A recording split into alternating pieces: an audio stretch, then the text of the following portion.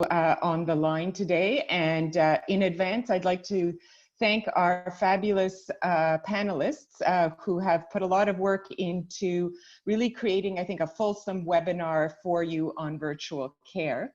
We have for the past few years been hearing about how many of our campuses across Ontario and beyond have been grappling with how to shift to virtual care. And some of you have begun to introduce various methods and modalities in the past few years, but really for the majority of campuses, COVID-19 brought a really quick pivot to virtual care.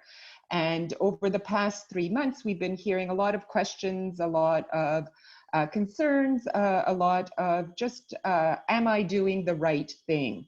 And today, I think you will see a really fulsome discussion, as I said, on everything from systems perspective to culture change to what are some of the techniques frontline workers are using in virtual counseling.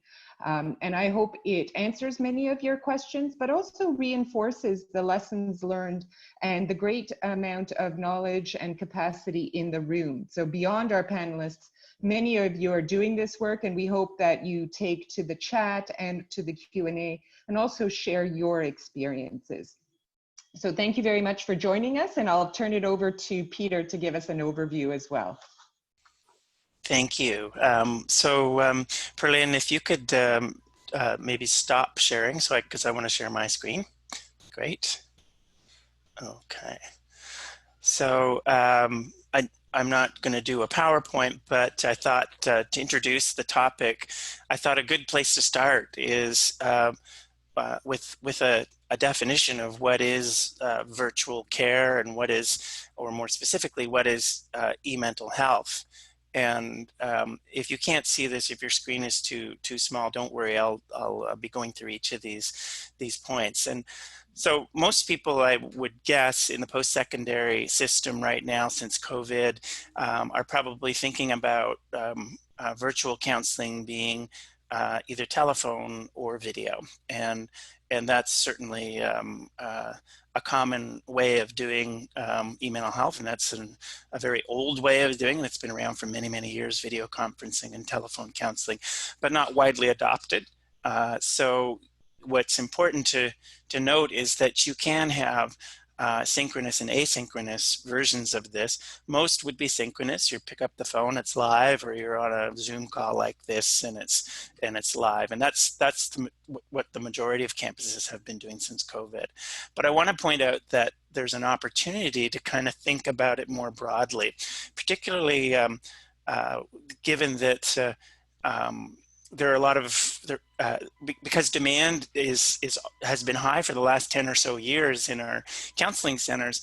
I think we can take the COVID crisis as an opportunity to start, if you haven't already done so, building out other functions for care. And in a moment, I'm going to talk about down here, Wellness Together Canada. A group of us have been involved in building a portal for Canadians through funding from the federal government. And some of that early data is actually surprising us in terms of what people's preferences are for accessing care. So one area that we all have, typically in varying degrees on our websites, is having mental health information. But what we're finding can be quite, on our websites, what we're finding can be quite useful is to put people in roles of helping users to navigate. People want to connect with a person, and that could be for counseling for 50 minutes, that could be for less, but it could also be to connect with someone. This helps them see where the resources are. And this is something we're building out nationally with the Wellness Together Canada program, is a web navigator, because it's not always all that easy to tell where things are. User interface, user experience design, it's very, very expensive, and most websites are not well developed for that. And because people like to have connection with a person, this is a great opportunity to bring somebody in that can guide folks through what you have online. Of course, we've got self-help apps. most people before COVID-19 found that the uptake wasn't high. Counselors typically didn't sell these things very well. The user interface might have been kind of clunky with these programs, but what we're finding now with everybody doing online, there is more interest for users to use these programs despite their shortfalls. Online communities of support, big white wall in Ontario. The name is finally changing now. People have been asking for it to change because of its racial implications, and that's happening. And that's one example of an online support, and we're finding that people are more interested in that these days because that's how they're connecting. Webinars and workshops, blended therapy, therapist and app programs. The other thing that often gets missed as a e-mental health or virtual tool is ongoing therapeutic measurement. And because it's done electronically, it's done through surveys that can get pushed out, whether that's in counseling centers. Typically they were done in waiting rooms, but there's ways to do that virtually as well.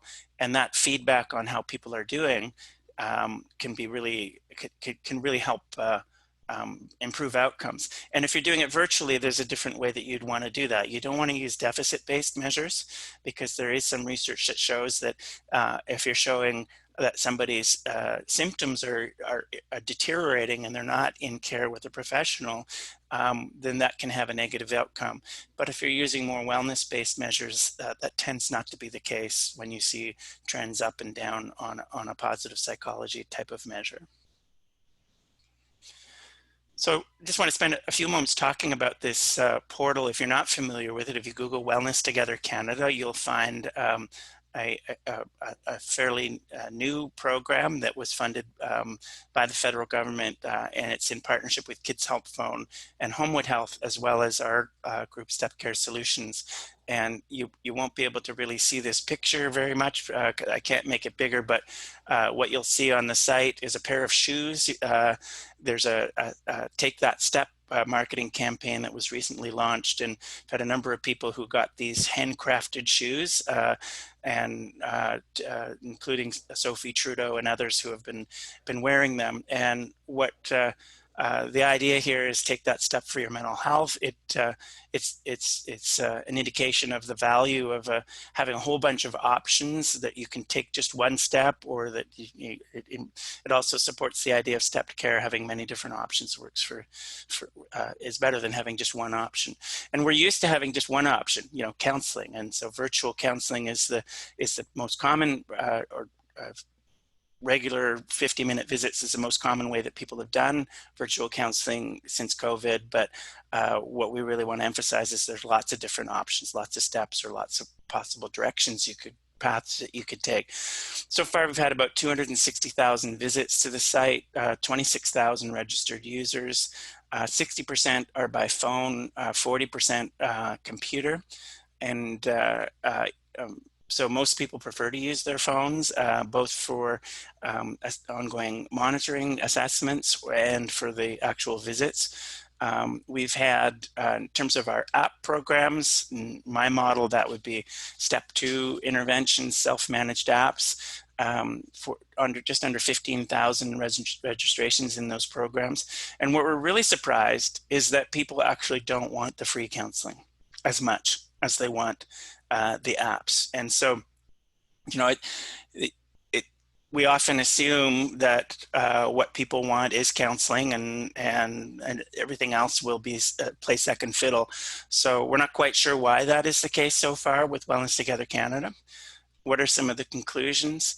Low intensity self-help is used the most. And even though the counseling is free and immediate, it's not in high demand. We're finding that text counseling is very popular, phone, this is synchronous text counseling, and phone counseling is preferred over video.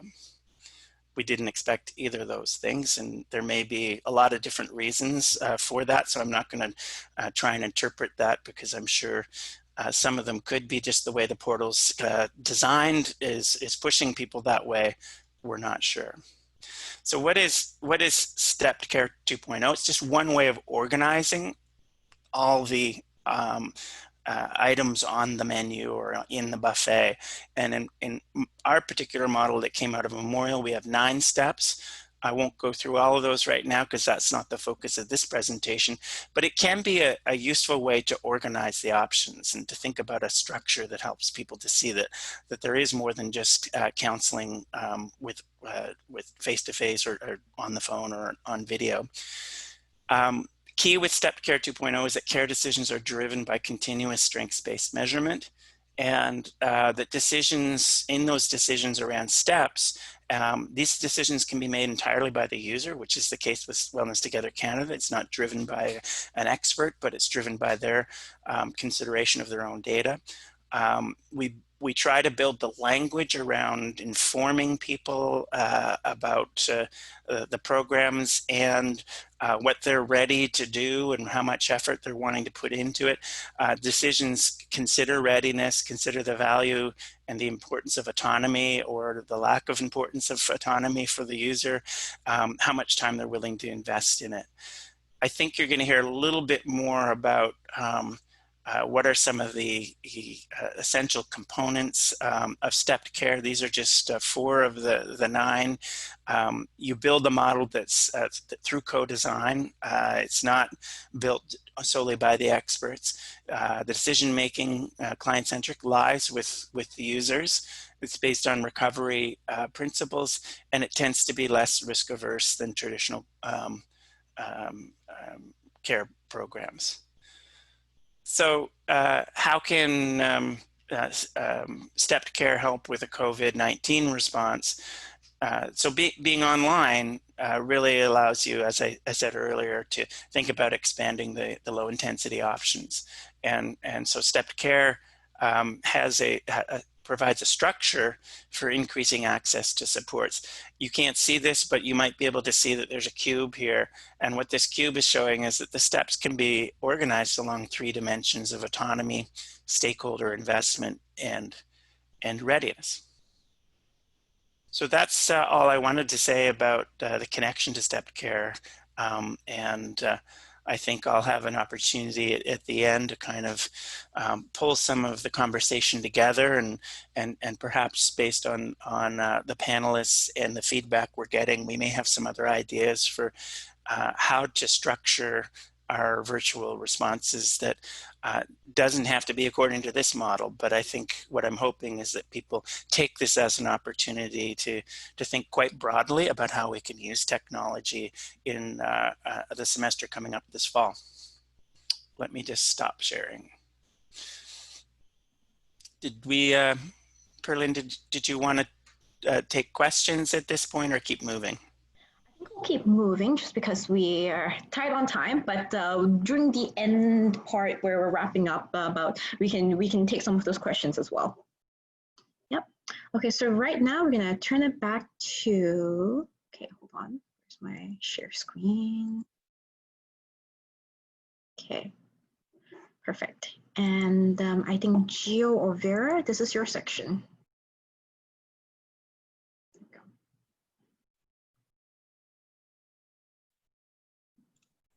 I think Vera's going first, and then I'll talk right after. Okay. Can you guys hear me? Yes. Yeah. Can you hear me? Yes, we can. Okay, I'm sorry. I'm going to start by apologizing. I think the chapter for the COVID is going to be you're on mute and can you hear me? It's having all of us quite a lot of adventures with technology. So today I'm relying on my personal hotspot for internet. So if I'm somehow get disconnected, we do have a plan for Giovanni to jump over and sort of take over from there. So hello everyone, it is such a pleasure. My name is Vera Romano. I'm from Mcgill University. I'm the director of the Student Wellness Hub. And it is a pleasure to be here with all of you, even if it's in a remote capacity. And I hope you're all well and safe. And I just want to start by taking a moment to acknowledge that while we're very busy thinking and planning very carefully how to support our students and how to support our clients, that this has been a very challenging time for many of us as well, whether it is worries at a global level or individual level. I certainly know that working from home with an intense job with a toddler has been really a humbling experience. But it's also been a period of bonding and connecting, and today's session is sort of with that spirit of mutual support and sharing that we have been witnessing, I think, definitely in our, in our institutions, but globally and definitely nationally, and the Wellness Together Canada platform that Peter talked about exactly kind of embodies that spirit of mutual support and sharing. So when I was sort of tasked with starting the conversation about systems consideration in us moving and responding to COVID while transitioning to remote care, I want to also acknowledge that we may be coming from very different systems. This is something that Maria helped me kind of reminded me. And I think it's important to acknowledge that when we talk about systems. And some systems you maybe are like Mcgill, where I come from, where it's a pretty big system. I oversee the Student Wellness Hub. We have over 100 staff and professionals ranging from counselors, dietitians, local wellness advisors, therapists, nurses, GPs, and psychiatrists, and more. And some of us may come from much smaller systems where it may be just a couple of clinicians. So those realities are important to acknowledge that, there are differences there. But regardless of the system's unique realities and differences, I believe that at the core in this experience, we share many, many commonalities. And if I would ask you, what are the big pain points of the last years, I'm pretty sure that most, if not all, would talk about the significant increase in demand for services. We would talk about the increase in severity and complexity of the distress we're observing. We would highlight the changes that we are observing in relationship to the role of technology in our lives, both in terms of negative impacts, but also in terms of opportunities in the way we provide services. I really love this quote by Elie Wiesel, and he says, while questions unite us, answers divide us. So what are the big questions that we are all facing together? Some of them are, what are the possible causes for these trends? And how can we re-envision the way we provide services? And at the end, we're asking the question, how can we change business as usual? And certainly the move to COVID response and remote care asked us to say, how can we change the business as usual in a very rapid way? So like my colleague from Dalhousie, David, I just want to give a shout out to David. When we're talking about this session, we're planning this session, and he said something that really spoke to me. He said, we are all in a journey. And I think that's a very, very important observation, because the transition to the remote care for these systems happened in the context where we were already in significant transformation journeys. And I think that's the context, and thank you, David, for reminding us of that. Of course, how we are in that journey and how we're transforming is deeply unique. And there is also not one perfect way to transform and one perfect way to move remote. I'm here with two hats, and one of them is what I mentioned as the director of the Student Wellness Hub at Mcgill. My other hat here today is one of the co-leads as the best practices of the Best Practices Network, along with my colleague from U of T who is here, and Queens. And we recently created a guide for transitioning to remote care by having various institutions contribute case studies. And I have colleagues from UBC and Dalhousie today here, and there were many contributions. And I, first of all, really invite you to check that out. I hope that you will find it useful to you. But the point I wanted to say is that we can see in those case studies that we have very different responses, very different versions of responses. Some went all remote. Some had hybrid models. Some transitioned only some services like one-on-one counseling. Some transitioned the full spectrum like Peter was talking about in terms of sort of the lower intensity programming. So there is no one perfect way, and I think it's important to sort of acknowledge that when we're talking about systems. So I will share with you very briefly the Mcgill journey and 3 important system transformations that set the stage for us to successfully move remotely. Not perfectly, but I believe pretty successfully. So the first important system transformation was the transition to step care and collaborative care. The second one was the integration of separate services into a holistic interprofessional hub. And the third one, and I think in a way the most important one, was the creation of a transforming community. So that it's not, the transformation was not something that was happening only at the leadership level or only at the frontline level. I think too often clinicians and frontline staff are really burdened with, here's a vision, and then here, go ahead and, you know, embody the change. And I think that having a community of transformation is very important. So I'll speak to these again, very high level, very briefly. I'm happy to speak to any of you that would like to learn more about the Mcgill experience. One of our biggest principles is to share our lessons, full version, so our successes and our failures. So please reach out to me if you want to learn more about it. So in terms of step care and collaborative care, we transitioned to collaborative care about 5 years ago.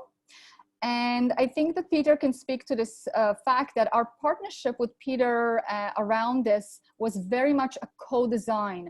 And step care at Mcgill looks very different than it looks in other institutions or other contexts. So I think the principle of adapting this configuration that Peter talked about to the realities of the institution was very, very important in our sort of in our success implementation of step care.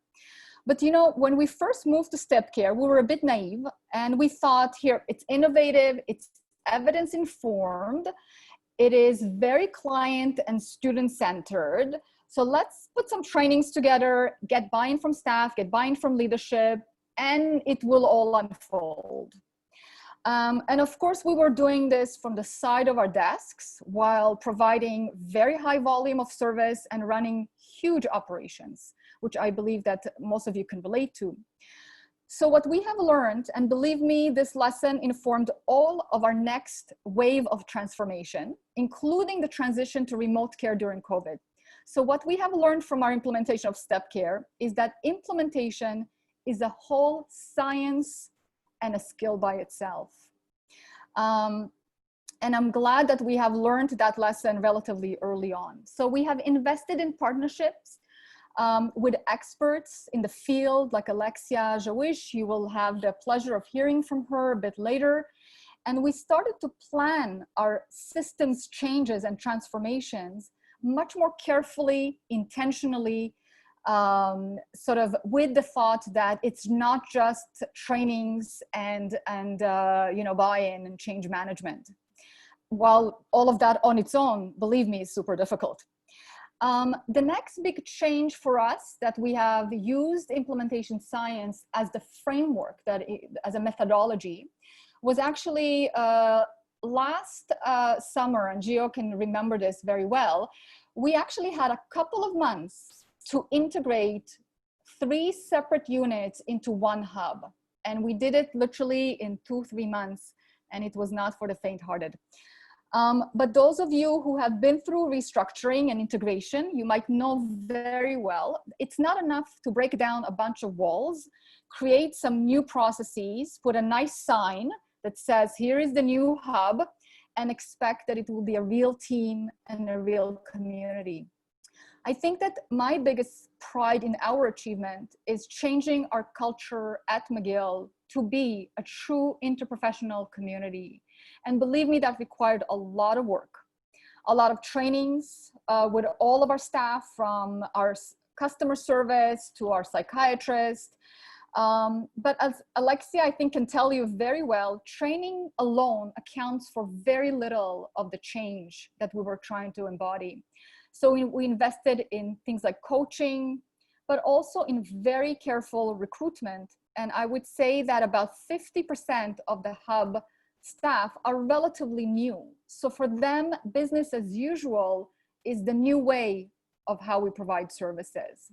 So step care is business as usual, and being an integrated hub is business as usual. But there were also a lot of implicit cultural changes and shifts, and letting go of our separate identities and building a new community identity. But I will let some other wonderful speakers that are going to talk to this culture shift a bit later on to share some of their thoughts. And I will give the floor now to someone who has been key in our successful launch of the Hub last summer at McGill, and a successful relaunch of the Hub remotely during COVID just a couple of months ago. And that is my lovely Associate Director of Services, Giovanni Arcuri. So I believe we're not taking questions now, right, Perlin? And we're going to move forward, and I'll be happy to answer anything later on. Thank you. Thank you, Vera, and thank you everyone for joining us today. It's really a pleasure to be here to share our experience. And like Vera mentioned, you know, I am the Associate Director of Hub Services at McGill. The McGill experience is one example. It may not be the perfect example.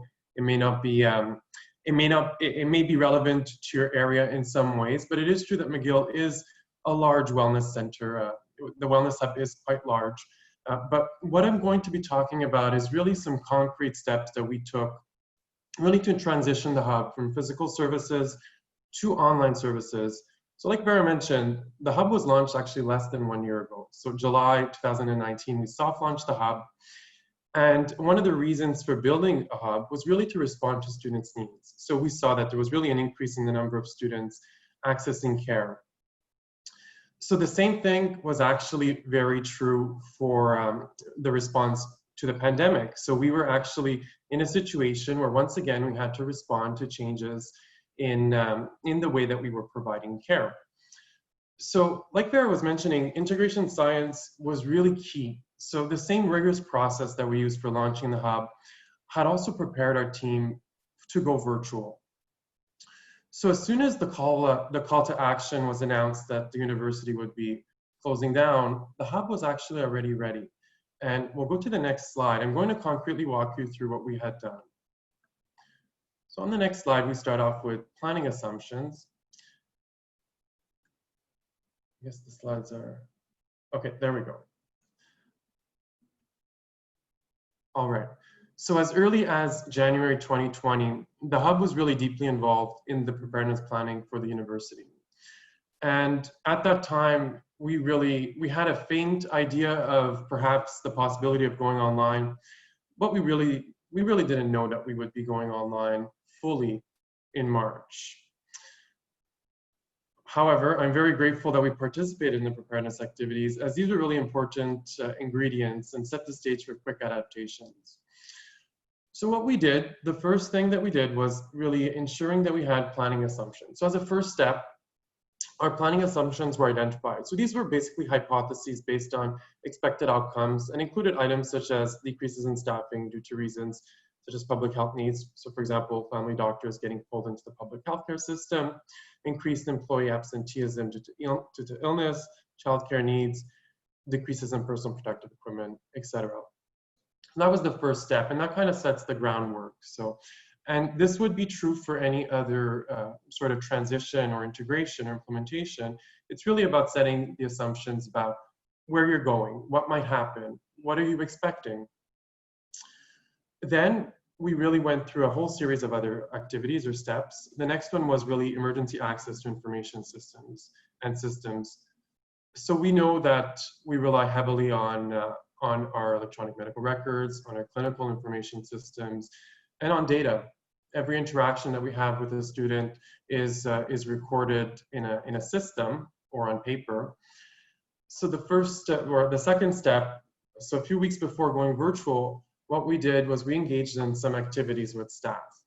And I want to mention, just to go back to an earlier point, so what we had done with really the implementation or the launch of the Hub was we really included all of the stakeholders. So that was really important to us to ensure that everyone was involved, from frontline staff members to management at multiple levels to students.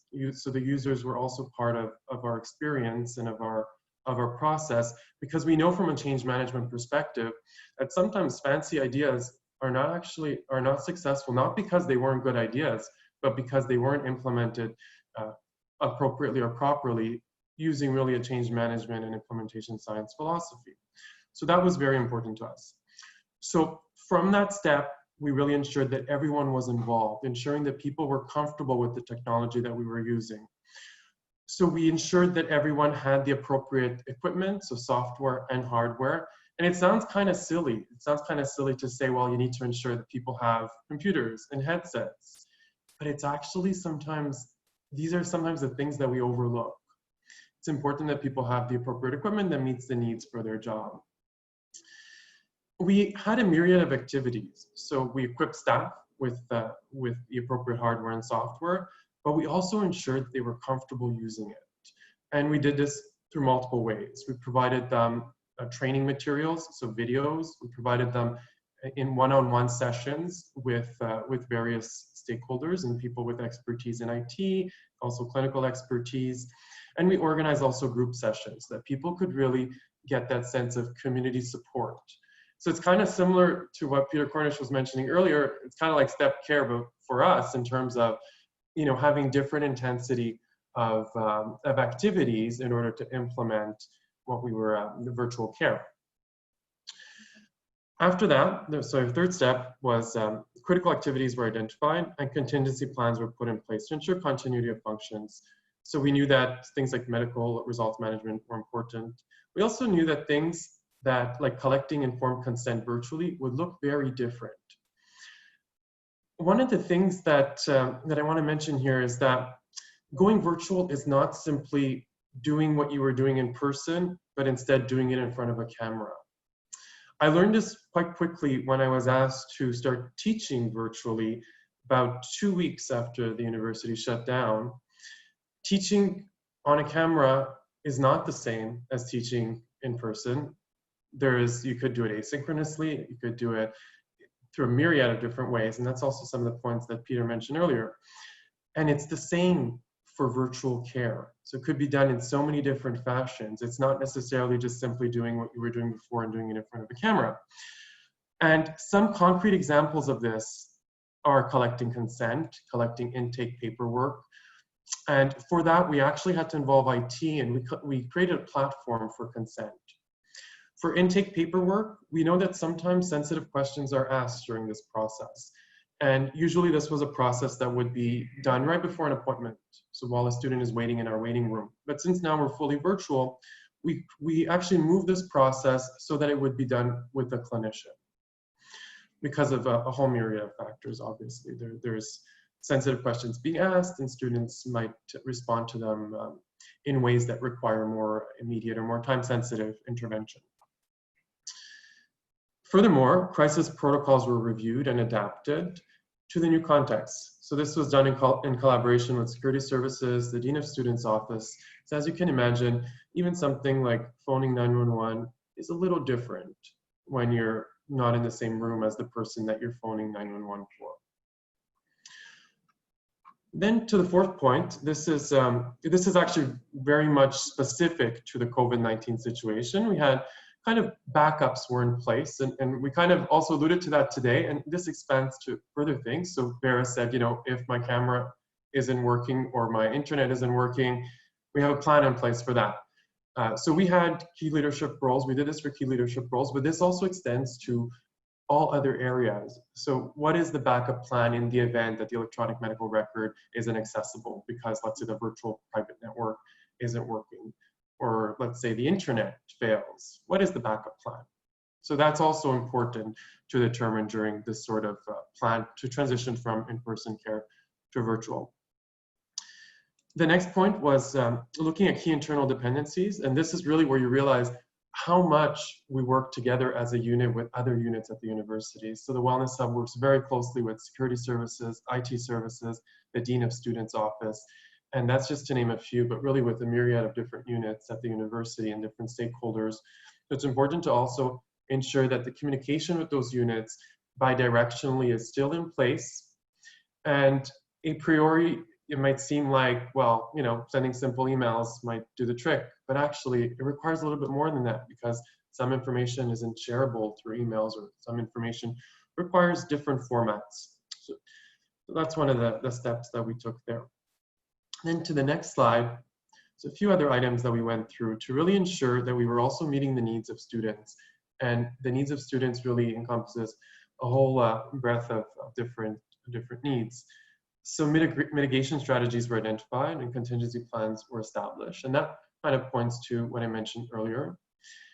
Contact information, so all Hub staff were asked to update their contact information, and a master list was created, because as you can imagine, it's a lot more difficult to communicate with people when it's not as easy as just stopping by their office. So on number 8 in this list of concrete steps that we took was to ensure that we were in compliance with regulatory bodies. So that sometimes required legal vetting, IT data security risk assessments. And just to give you an example of this, so the platforms that we are using, we had to ensure that they really comply with all of the standards, with best practice guidelines, but also with regulatory bodies. The next item might not be relevant to all, but I'm going to mention it. It's billing considerations for medical doctors. So that's something that we learned quite quickly early on in the process, because in Quebec, this might be different elsewhere, but in Quebec, virtual care was not identified as an act or an activity that was billable for the doctors that were working in the public healthcare system here. But that changed during the pandemic. So that really allowed us to move things quite quickly as well, with our psychiatrists, for example, with our general practitioners, who are both, the psychiatrists and general practitioners, important parts and important stakeholders in providing mental health care to our students. Last but not least, there was a reconfiguration of the hub.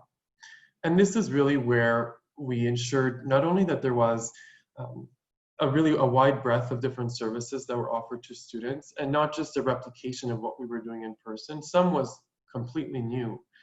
And Dana will talk a little bit more about this very soon, but some of the things that we started doing online were things that we hadn't done in person. And some were things that in person would have required, for example, very large spaces. And we know that space is sometimes an issue. So we had to reconfigure a few different things. So the call center was one of them. We had to reconfigure the Hub's call center in order to ensure that we were providing students with appropriate information that would allow them to make decisions and for them to have options. The website was also updated to provide students with up-to-date information, and this is still regularly updated, and Dana will provide you some examples of this and how we're using this as a tool to share information. And so throughout the change process, we used a whole variety of different methods to really ensure that students were up to date. So some were processes that we already had in place, such as updating the website. That's quite simple. We also got a little creative. So we started using newsletters that were already being disseminated by other areas of the university, for example. So teaching and learning services is one example among a few that we've used. And what they do is they send a newsletter out regularly to inform basically instructors at the university of activities that are going on, of new services that are available, of existing services that are available. So we really kind of piggybacked onto that to provide instructors with information on what we had available. And in this, we also had the idea of creating a community of support that was not only available to students, but that was also available to our own staff. And Dana will talk about this a little more, so I won't go into depth about that. And last but not least, one of the limitations of seeing people virtually is that not all of them are physically located in the same province. And in Quebec, that's sometimes a bit of a barrier for some who are trying to access one-on-one care because of some regulatory body restrictions.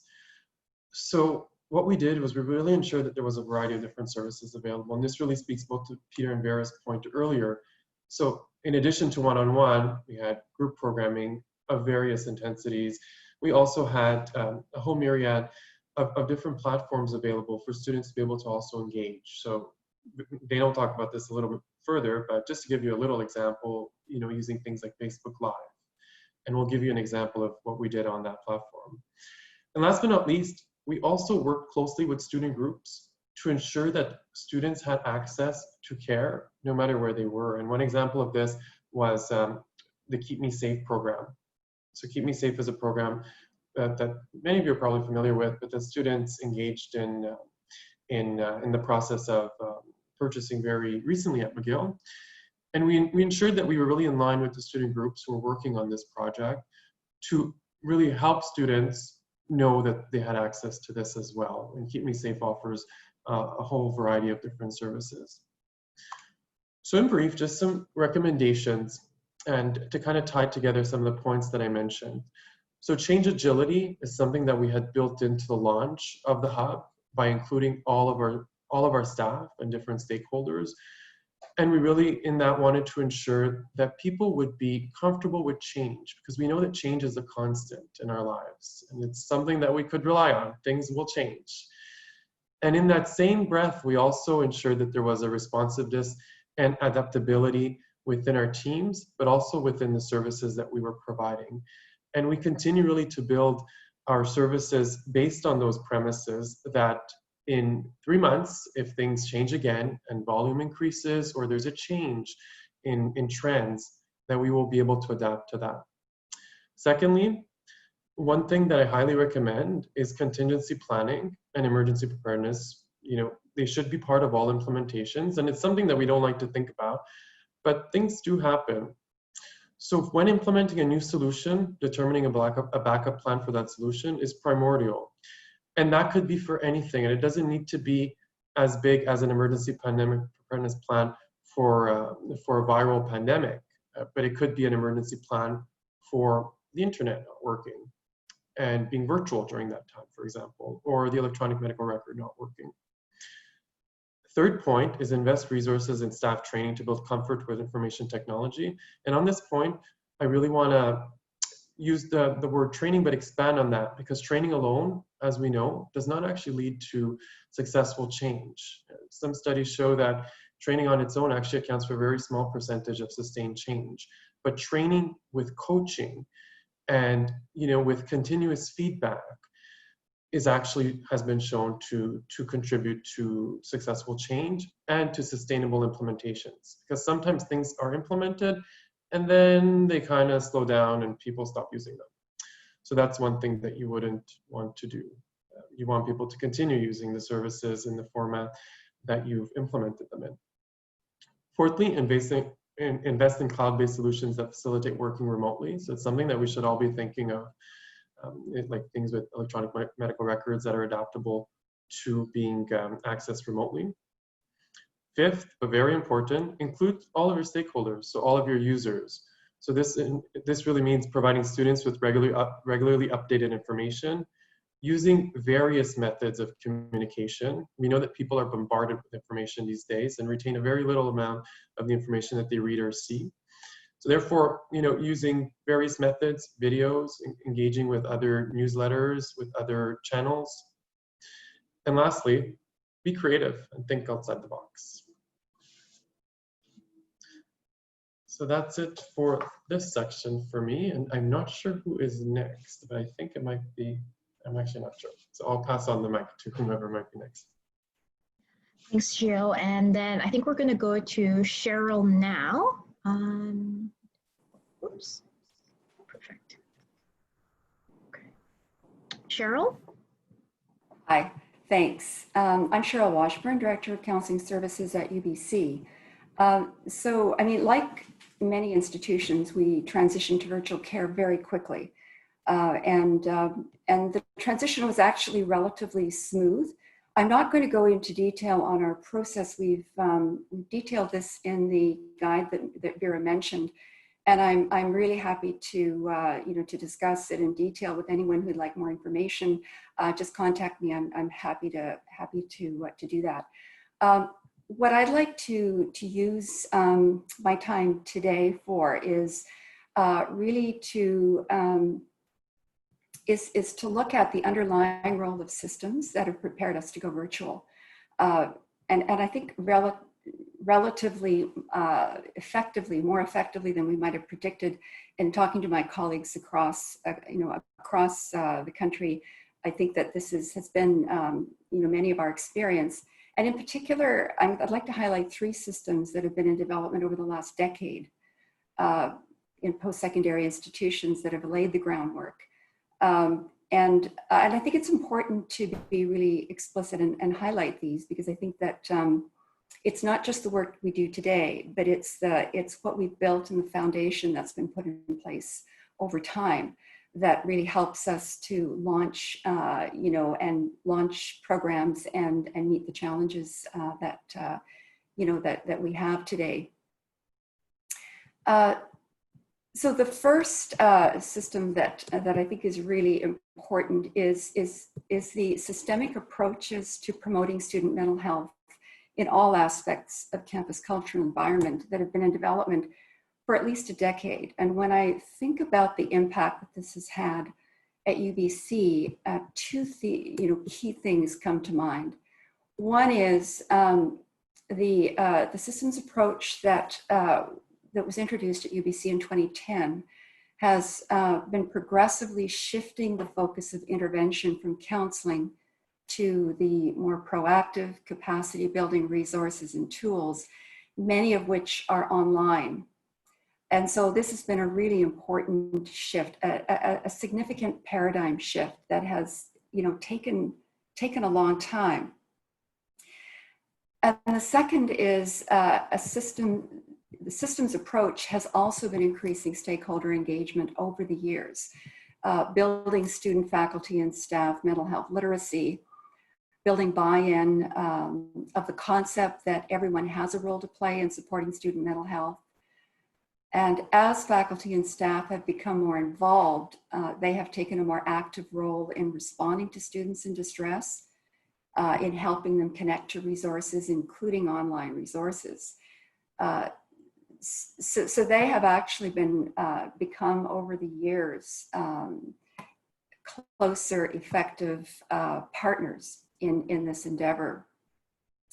And as a result, there has been a growing overall acceptance of a broad range of resources, including virtual resources.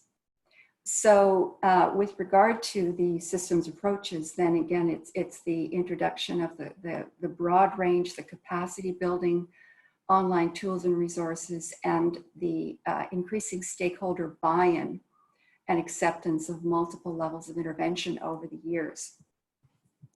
And I think that as time goes on and we continue to grow and change, it's easy to disregard or forget about some of the slow foundation building that occurs over time. It doesn't occur overnight. And so it's helpful, I think, to think about that. The second system that has been a real game changer and incredibly significant has been the development of a stepped care approach that has been established at many post-secondary institutions. We worked closely, had many conversations with Peter over the years to really understand how we could best implement this at UBC. And a couple things that I'd like to highlight here in terms of our experience and its impact today. First of all, it's created a framework for the development of a very wide spectrum of mental health resources across the continuum of intensity. Since its launch in the fall of 2016 on our campus, Step Care has continued to shift that student, faculty, and staff the paradigm shift in terms of increasing their understanding, their acceptance, the legitimacy and value of low intensity mental health resources. We developed a referral guide a number of years back that enables faculty and staff to help students make informed decisions about resources that best suit their needs.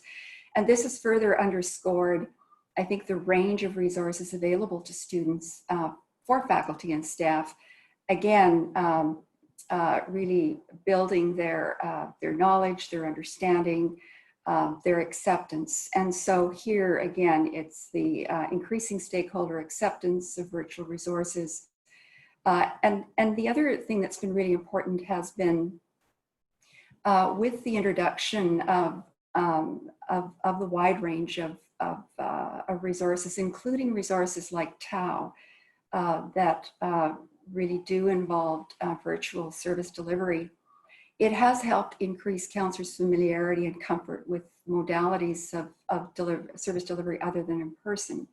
And so counselor proficiency and comfort with virtual service delivery have been developing and growing.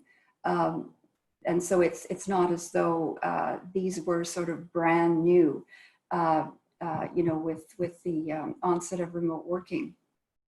I don't want to sort of understate the significance of the transition to remote working because that has been really significant.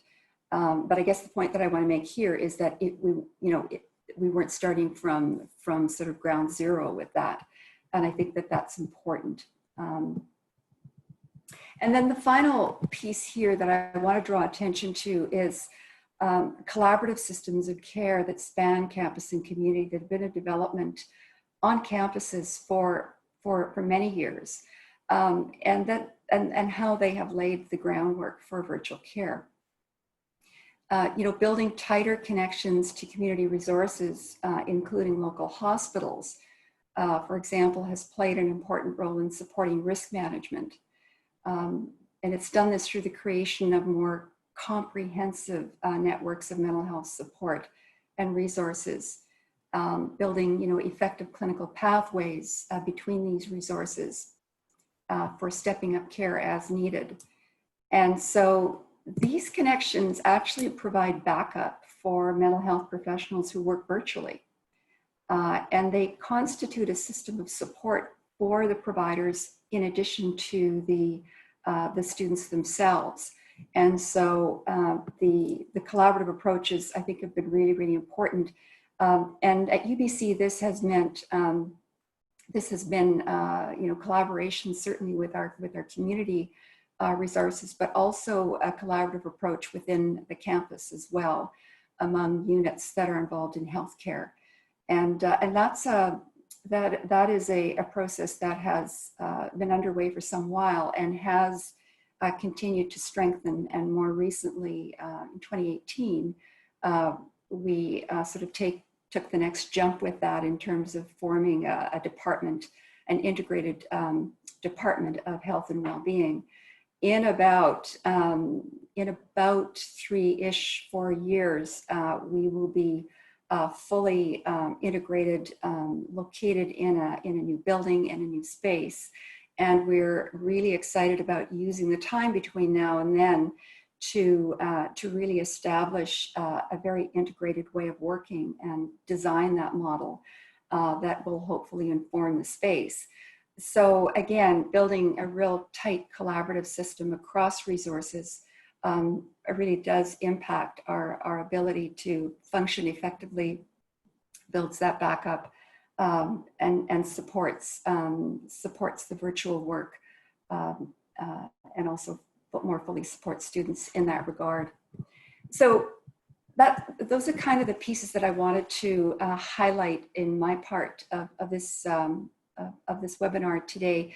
Is just looking at those broader systems that have been really in place for a while, and I think that it's just important to draw attention to the significance of them in helping us, really launch the programming that we've had to launch at this time very quickly.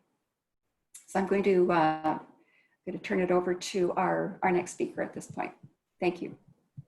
Thank you, Cheryl. And then now we're gonna really quickly go to David. Oh, can't. There we go. Sorry. All right. Hello there, friends. It really is a pleasure to be connecting with everyone from around the country and our broad national community on these important topics. My name is David Pellom, and I am the Director of Counseling and Psychological Services at Dalhousie University.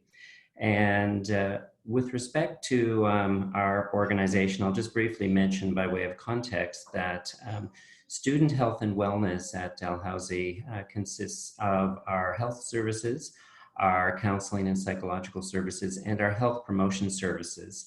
And all of those services, supports, and activities very much are integrated, not only in a day-to-day collaborative sense, but also in a conceptual partnership when it comes to our collective responsibility for the wellness of students and for the well-being of our campus.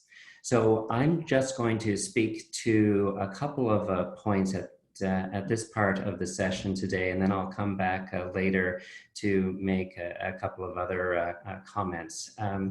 But in many respects, this has been a journey for all of us as we transition to a new way of doing what we've been doing.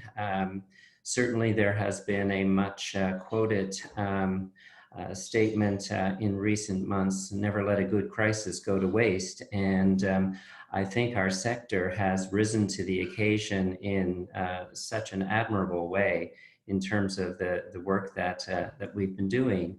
And I think in some respects, COVID-19 has really sharpened our focus and helped us to prioritize what we need to be doing to meet the needs of our students and of our university community, particularly during these times, because our priority truly shifted to staying home, staying healthy, and coping well.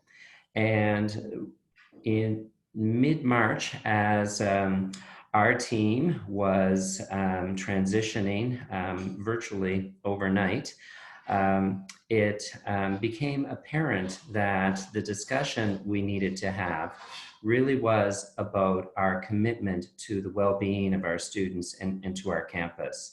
And that discussion was really quite intentional because it really helped us to frame what we were doing at that present moment, what we would be doing for the duration of the time that we were experiencing this pandemic. And it really set the stage for much of what came from there. And just as several of my colleagues have mentioned, Dalhousie participated in the Best Practices Network collaborative paper on remote care. So our case study is there. So I won't necessarily address any of those details here, but would be happy to follow up with anyone should they have questions about that. But as we pivoted to telehealth as the primary service delivery method, what became absolutely critical in our successful implementation of delivering services via telehealth was our electronic health record. And I recognize that many schools have electronic health records, some schools do not. And there's quite a diversity with respect to what EHRs people might be using around the country. But if we're here to really be talking about how best to use technology to enable us to do the work we need to do and to deliver the services that we need to deliver, in many respects, our electronic health record is a silent partner in all of that, which really has allowed us to do the work that we needed to do, and without which I'm not sure how we would have been able to not only operate as effectively as we have, but to do it as quickly as we all needed to change. The health record that we use is Accuro, and I'm not here in any way to support or recommend particular health records, but the beauty of a fulsome health record, electronic health record, is that it allows obviously your scheduling of clients and appointments in the run of your day. It becomes a repository of all of the clinical records and documentation that you need to be able to provide appropriate care. It is a messaging system that all staff can use as they collaborate together in delivering care. And it captures all of the relevant demographic and coordinates of students, which in this day and age, as we have transitioned to students relocating to homes from wherever they may be, that minor detail is a very significant point in being able to continue to do what we need to do. So the electronic health record, I think, really has been the connective tissue that has allowed us to operate in this virtual reality, in this virtual delivery method in very significant ways. We are a fully integrated, collaborative, interprofessional healthcare team. That is our model. It has been our model for several years, and it really has absolutely flourished when it comes to being able to deliver full, informed, multi-determined, and collaborative care. And as folks will know, much of the discussion about collaborative mental health care, in particular collaborative primary mental health care, has brought about a whole new language with respect to words, concepts, and activities that we didn't used to use. Things like corridor consultations and warm handovers and things like that. That was the promise of what collaborative care would enable, and it certainly has. As we transition to remote-based virtual service delivery, the electronic record has allowed us to continue to work in that truly collaborative way. With respect to our EHR, we have a messaging system where if I might be working with a student in a session in the morning, and I might become concerned about perhaps an increase of neurovegetative symptoms of depression, and I see that the student I'm seeing perhaps has an appointment later this afternoon or tomorrow with one of our primary care physicians, and I can see all of that because I can see the entire schedule in front of me. I will just flag that appointment and send a message to that provider to say, gee, I saw so-and-so today. I'm a little concerned about the increase of appetite, sleep, and other sorts of issues. You might want to really make sure to inquire about that and to determine if something with respect to medication might change. That's the beauty of collaborative care. That's the beauty of an electronic health record that allows for that type of care to continue, particularly in this day and age where most of us are indeed practicing from our homes, and we're not in that corridor where we can just go down the hall and speak to some of our colleagues.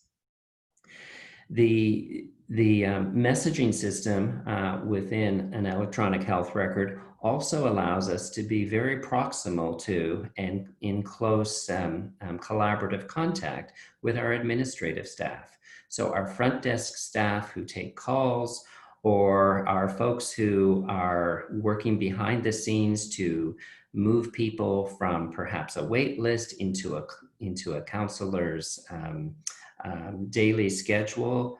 All of those activities can be flagged as tasks within the system and can seamlessly allow us to just continue as if we were all present in one place.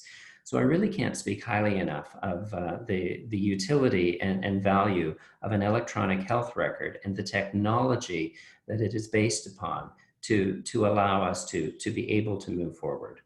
The one other point I will make by way of systems is that as we transitioned to delivering care and our supports remotely and virtually, students obviously transitioned back to, for many students, transitioned back to home. Here at Dalhousie University, we have 60% of our students who come from out of province or indeed out of country. And when it comes to our international students, they come from 122 different countries in the world. So it may not always have been first of mind for students to be thinking that their university may indeed still be offering services to them if they are no longer in our community here in Nova Scotia. So we exploited every communication channel that we had in terms of social media, in terms of university websites, in terms of blogs, in terms of a variety of things to ensure that students know that we indeed continue to be available to support them, to meet their healthcare needs, to meet their mental health and wellness needs. And by doing that work, I think symbolically, we're also conveying a very important message, is that we continue to care. We continue to provide supports and services because that's part of the job of a university.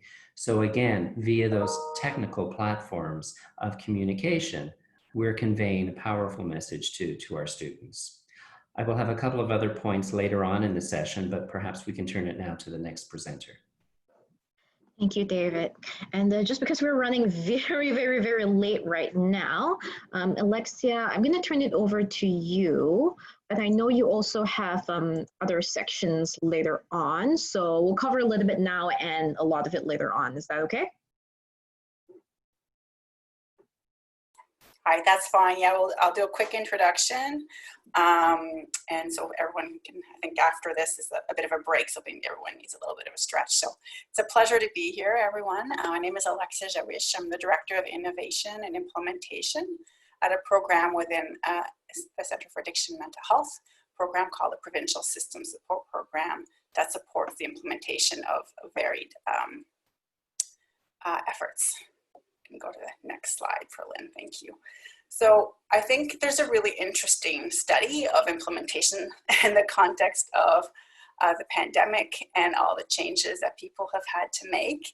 So I'm going to talk a little bit about what implementation science says is ideal implementation, and I think it's really interesting to overlay that with what people have had to adjust and do in the context of the pandemic, and implementing things really quickly.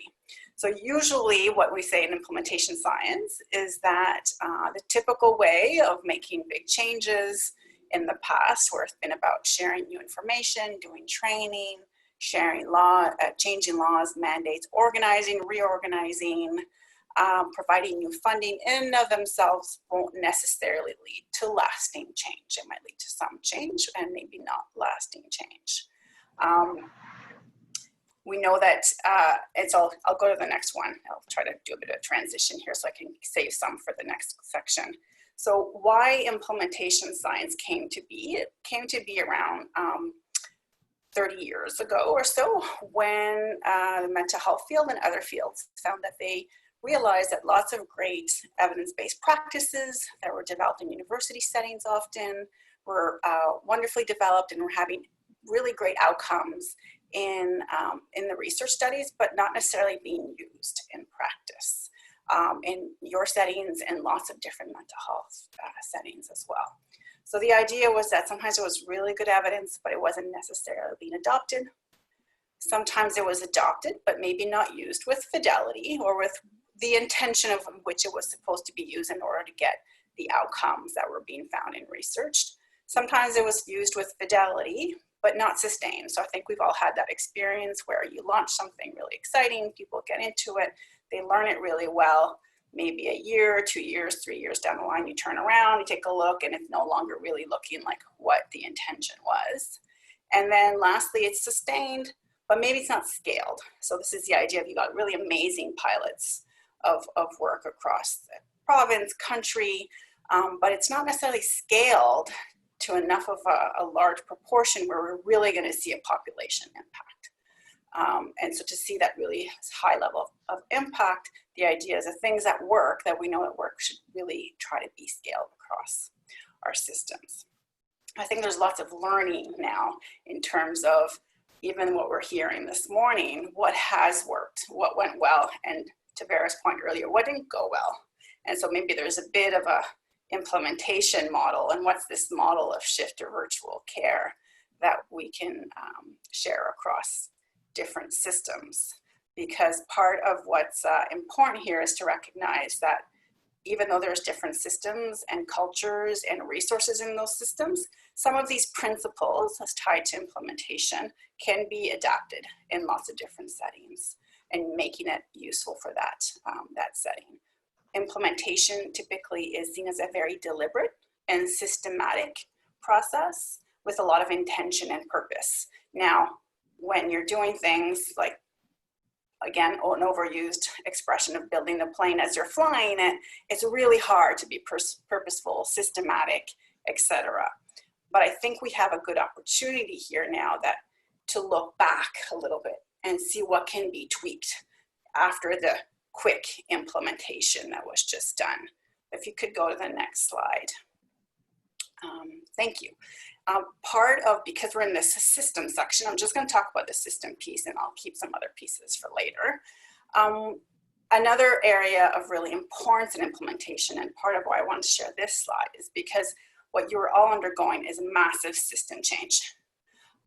You're trying to implement both a new program of some virtual care service, but by virtue of having to do that, you've had to change the whole operations of your system. And I think that's what's so exciting about this, is that usually in implementation efforts, organizations are trying to implement a new practice, but don't necessarily look at changing the system around the new practice. But because of the particular situation that we're all faced with, it's almost like the system changed first. You've had to change policies, procedures, structures, et cetera, et cetera. And now it's a bit about what's the best practice that maybe requires some of that training and capacity building in terms of like how to do this in the most, optimal kind of way. So I think it's, again, there's really interesting learnings for implementation science in the context of these quick changes. I think there's one more slide that I'd like to touch upon. So this is, it's not exactly about implementation science, but it's about system change. And what I really like about it is that it ties implementation science and the effort around what we know works and what doesn't work when we're all trying to effect new changes. And that could be a new change around like clinicians doing an evidence-based practice, changing their assessment practice, having more low intensity services that they need to get comfortable with in order to approach students with. That itself is a new practice. But having all the supports around how to clinicians on how to do that is what's really focused on in implementation. So if you see here, there's 3 different levels of what change can look like. And I think what we've done a lot with in this effort of virtual care, I know at least in Ontario, is there's been lots of change around policies and practices for sure. Resource flow, some new resources, absolutely. But then the idea is like, as you keep going down this triangle, you're going to deeper and deeper levels of system change. And so are we looking at relationships and connections, power dynamics, et cetera, when we're trying to change our practice around virtual care? So what does that look like in terms of new relationships that need to be created in the system due to virtual care? I know for ourselves, we've had a whole new relationship with our digital health experts in the system that we probably took for granted before. So it's kind of really deepening those kinds of relationships. And then real transformative change, which I hope we're kind of on the brink of with this forced change, is changing people's mental models, our belief structure, deeper structures around value of virtual care, value of e-mental health services, wellness trajectories in general. Are we able to change the perception of access to care in this context, et cetera, et cetera. So I think my focus, at least in looking at the implementation literature, is really moving to that system change, because usually when I talk to people about implementation, I'm saying you can't just train people, you need to change the system around them. But by virtue of the effort here, it's almost like it was the opposite. a lot of the system pieces have changed, and now it's a matter of like, okay, how do we keep building on that to support people, clinicians, to do the best possible job? If you can go to the next one, Perlin. So I think what I'll do is I'll reserve the next couple of slides for the next section, because I know we've all talked a lot, so we'll leave some room for questions, and I can go on the next few slides for section 2 of the presentation, the workshop today. Sounds good. Thanks, Alexia. Okay, so with that, I think we're gonna go to Q&A. So let me bring up the chat. We'll have a really quick, chat. Why can't I bring up the chat? There we go. Okay. All right. So we have probably kind of a couple of minutes to address some of these questions. So if any of you want to jump in to answer some of this, feel free.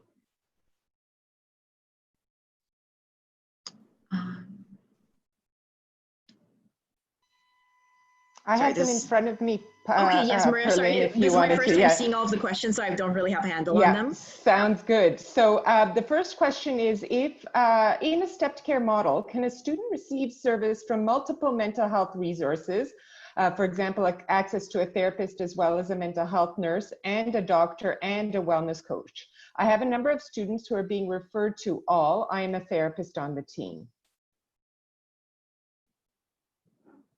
Peter, is that a you question? I'm going to get Vera to answer that.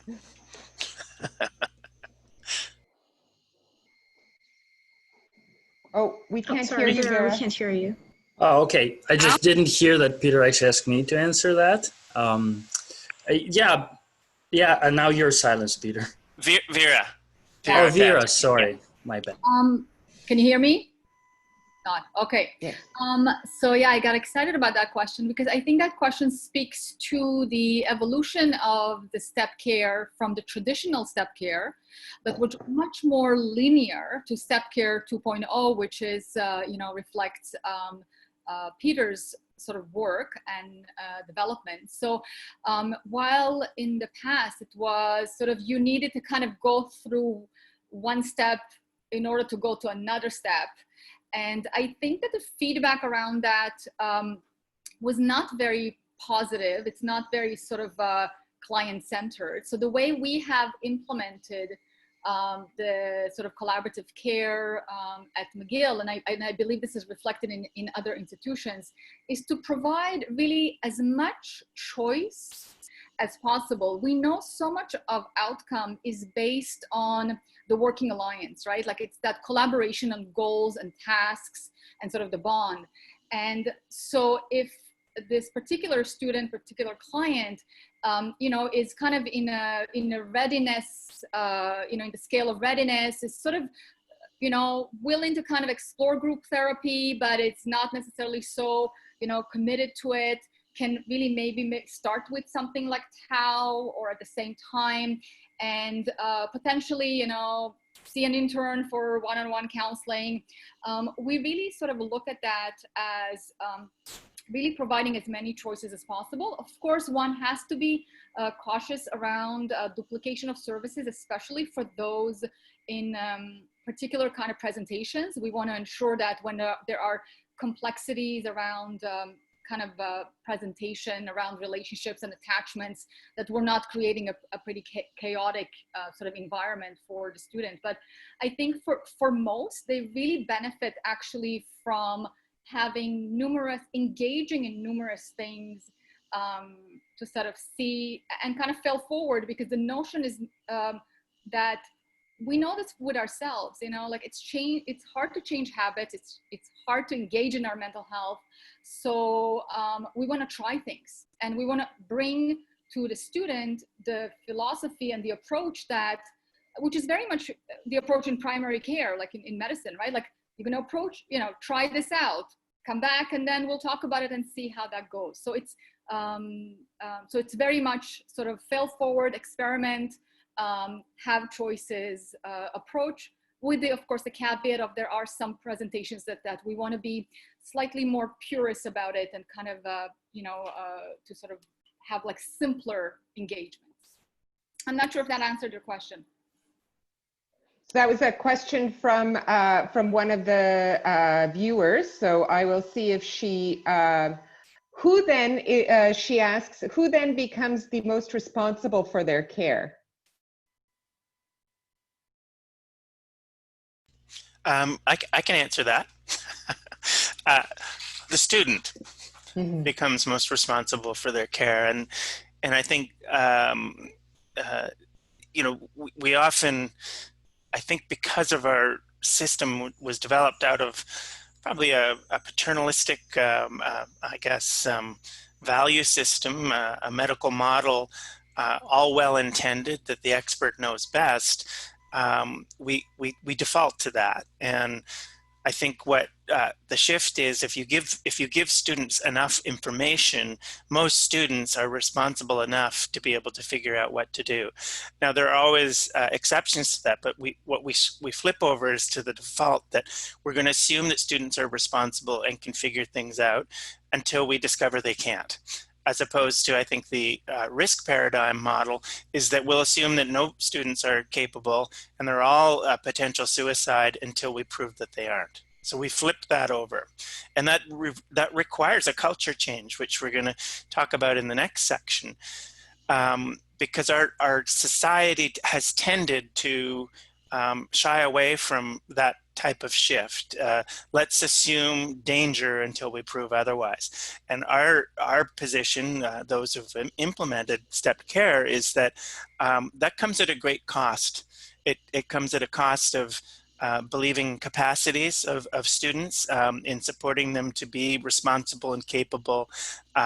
It's that paternalistic kind of fear-based approach that can lead to a huge type of dependency on expert advice. And that's not, you know, it's interesting because you ask students, that's not really what they want. You know, they might say, oh, I want individual therapy every week for the rest of my life, until you start giving them other, the value proposition of other alternatives. And then what you also do is because you believe in the capacity, even with people that might be in crisis or have gone through trauma, you need to believe in that they have resilience and strengths. You need to hunt those out. And when you're doing that, of course, you're reinforcing, and it's actually the ethical thing to do rather than sit there always worrying about what could go wrong. Super. There's two questions that I'm going to actually share with our panelists, but perhaps can be answered during the third part of our presentation today. And that is, one is, what does text counseling look like? So for those of you speaking in the third part, if you're able to answer that. And the second piece is if there's any good resources in training graduate interns around telecounseling. So both of those are sort of really related to section 3, and I will take note of them and make sure they get answered by the end of today. Back to you, Perlin, perhaps for a bit of a stretch break for all of our speakers and our attendees. Yes, thanks, Maria, for that. Yes, so right now we're just going to take a quick 10-minute break. So we will reconvene at 12:35 EST, because I know there's people from all over the country. So in about 10 minutes, we'll come back and we'll go on to the next section on culture change. Thank you.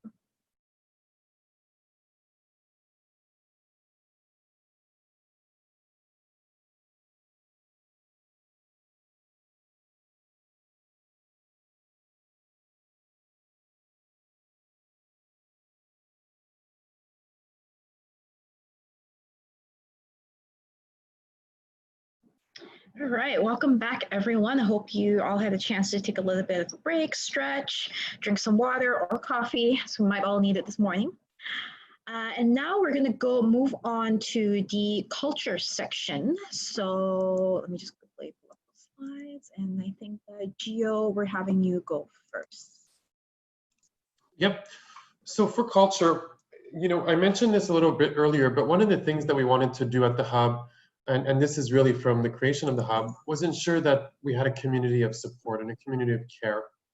And in order to provide our students with that sense of community of support and community of care, we also had to develop a culture of support within our teams, a community of care for our professionals, for our administrative support team, for our management staff members. So this was part of the design of the Hub. And we actually, from the get-go, really ensured that we had regular team meetings, but more than that, we ensured that we had places and space for gatherings. So, for example, we have something called a Hub Huddle, which regularly we have the entire Hub meet as a big team. And this is a place where we discuss updates, but also a place for people to gather and to discuss and to ask questions. Another item that we worked on was ensuring that we had spaces for people to discuss clinical cases. So that's where the case conferencing comes into play. And this is another idea of how we could support our professionals, support our team members, and garner that sense of community.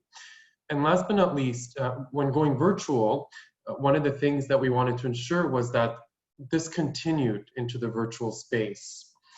So obviously meeting in a room was no longer possible. So we looked into platforms that would allow us to meet as a group and be able to exchange information.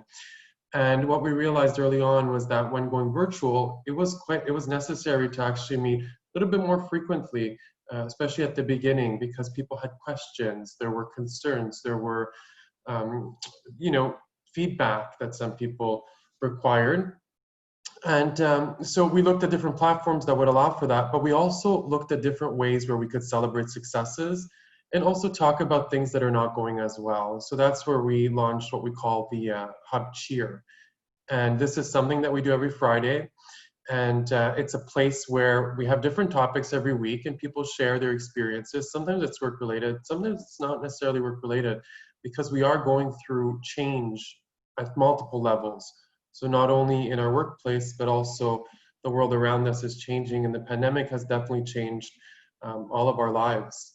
And some of our staff members have mentioned many times that they would have never imagined being able to balance group programming with a 5-year-old toddler, in the room. But people are actually adapting quite well, and it's really remarkable to see. So just on the next slide, just very, very briefly, I touched upon this earlier, but around culture, we also have a culture of coaching, of training, and this really goes with the mindset of growth. So same as with our students, we really want to ensure that people have the right information, and this is for our staff members specifically. And this was an important part of building community. So I won't go into too much detail, as I know that others will elaborate a little bit more on the implementation science pieces around this. So I'll pass it on to the next panelist. Thank you, Gio. And now we're gonna hand it to Dana. Yes. Hi, everybody. My name is Dana Carsley, and I'm the Associate Director of Resilience and Wellness Enhancement at Mcgill Student Wellness Hub, and I'm really excited to be here today to talk about what that means a little bit. So it's a newly created position, and the main focus is to facilitate a culture shift around wellness and resilience building at Mcgill within the different faculties and areas, but also within the hub. So one area that we're focusing on for facilitating this culture shift is increasing capacity and awareness around resilience-based training, as well as assessing and targeting the wellness and resilience-based initiatives and services to maximize student outreach. So when the university was first closed on mid-March, online programming was offered to students in a very short turnaround time. So if we click on the slide, you can see that in fact by Friday, March 20th, we already had some of our low intensity resilience and wellness program up and running. And this meant that students who were looking for support received it early on, and therefore they saw us as a trusted resource from the outset of the pandemic. Now, the implementation of this lower intensity programming that is evidence informed is consistent with the stepped care implementation. So can we just go back to the slide that we were just on for a second? Although we weren't in our physical location, we moved so many services online and continue to have many resources available for students, as well as faculty and staff, to begin facilitating this culture shift online. So today I want to highlight some of the strategies we use and continue to use throughout the virtual implementation. And one of it is what you see right in front of you. So we opted to create a single, clear virtual programming webpage at the beginning of the closure and created a memorable redirect link, as you can see here, mcgill.ca/COVID support. And this makes marketing really easy, and we use this URL everywhere. And it's really easy for students to find what's happening at any given moment. Now, if we go to the next slide, you can see that another way to ensure that you find this page and the associated resources was by simply going to the existing Wellness Hub link. If you check out the general virtual hub page, we have a calendar that is consistently being updated with all of our programming, like workshops, groups, and more. And most of our programming has been on a consistent weekly or even daily basis, even when the numbers weren't that large. That consistency built predictability, so gave time for word of mouth to spread and to organically grow that participation. We've also been pretty consistent in releasing this particular weekly programming calendar that you see here on Facebook, which students and staff have come to expect and even share, boosting our visibility. And another approach to boost visibility within some of the different faculties and areas at McGill involves the creation of resilience and wellness committees. We have these in the different faculties and areas that I've been leading, and they consist of key stakeholders within those faculties. So faculty, staff, students. And while we have been building relationships and community within the hub at more of a micro level, as Gio mentioned, we're also expanding it throughout the McGill community to facilitate this culture shift. So these relationships have been integral in sharing this message. So whether it's just sending them this weekly calendar, an advertisement, an event for a workshop or anything like that, and so much more. So if we go to the next slide, you can see that in addition to the relationships we've been building, our primary channels for promotion have been the existing Mcgill Newsletters. So 2 of them are targeted directly at students and 1 targeted directly at staff. And we've also focused on a single feature session for each of these promotions and chose to use quick and catchy language, which makes it easier for readers to digest. So our local wellness advisors, which we talked about earlier, who are embedded within the faculties, they also leverage their relationships to have professors share promotions in their classes at the beginning of the pandemic or directly with their students. So now I just want to take a look at and share with you some of the programming that we have been offering so you can get a sense of what it looks like and how it's been working. So if we go to our next slide, you'll see that some of our offerings include something called a Zen in 10. So these are daily through Facebook Live. So one of them was even happening about 45 minutes ago on our McGill Student Services Facebook page. And those are offered by the local wellness advisors, where they provide 10-minute mindfulness meditation or relaxation exercise that anyone, so not only McGill students, but anyone can access through the McGill Student Services Facebook page. If you miss a session, like the one that we missed today, you can still access it later because they're all still there. So it's a really great resource to check out. And I also want to highlight that as of last Friday, these Zen and 10s have had, as you can see, over 14,000 views, and that's still growing because we're still adding them on, which is another example of how we're able to build community and reach so many people.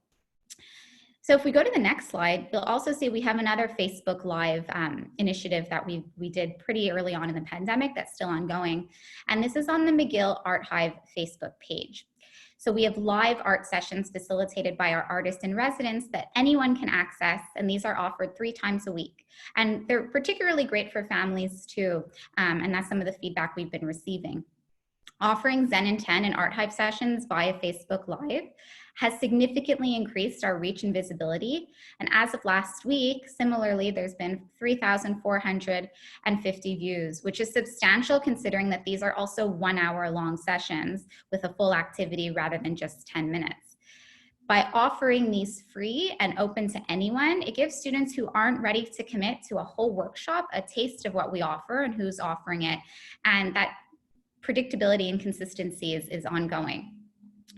Now, if we go to the next slide, you'll notice that another virtual session that was available to everyone at the beginning months of the pandemic was the COVID-19 virtual information session, facilitated by nurses from the Wellness Hub.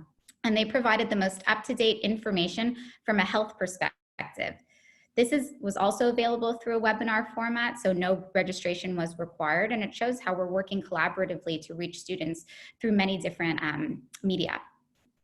And if we go to the next slide, in addition to all these easily accessible and available programming, current students can also register for any of the workshops that were and continue to be offered as well.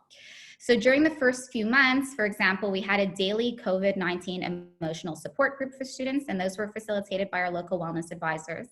But other current programming that we offer online include workshops like managing stress in uncertain times, exercise for wellness, yoga for stress and anxiety, mindfulness-based stress management, active listening, and more, because we're continuing to update it throughout the summer. And finally, if we go to the next slide, in addition to programming, if you go to the original specialized link that I talked about earlier, and you're looking for support beyond our own Wellness Hub offerings, Gio had mentioned this a bit earlier, but we encourage students to check out this link right here called Support Off Campus. And if you click on that and just go to the next page, you'll see that it's a resource page that's being consistently updated with resources available to anyone and everyone. So we have ones that are COVID specific. So let's say a particular mindfulness app or resource came out with something during the pandemic that we feel would be helpful for students, we included it there. There's also mindfulness recommendations, fitness activities, recommended readings, and more. And if we go to the last point, the last slide, I just want to highlight, although it's important that students know about the resources that are there for them in a crisis, it's also really important that they take care of themselves to sustain and live their fullest life and build that resilience over time.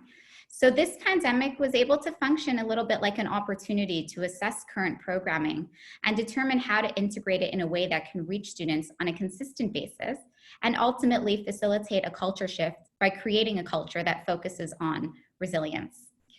And those are all my slides for now. So I can hand it over to the next presenter.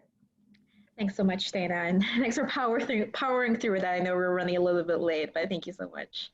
And now we have Cheryl who's going to talk a little bit about the risk paradigm.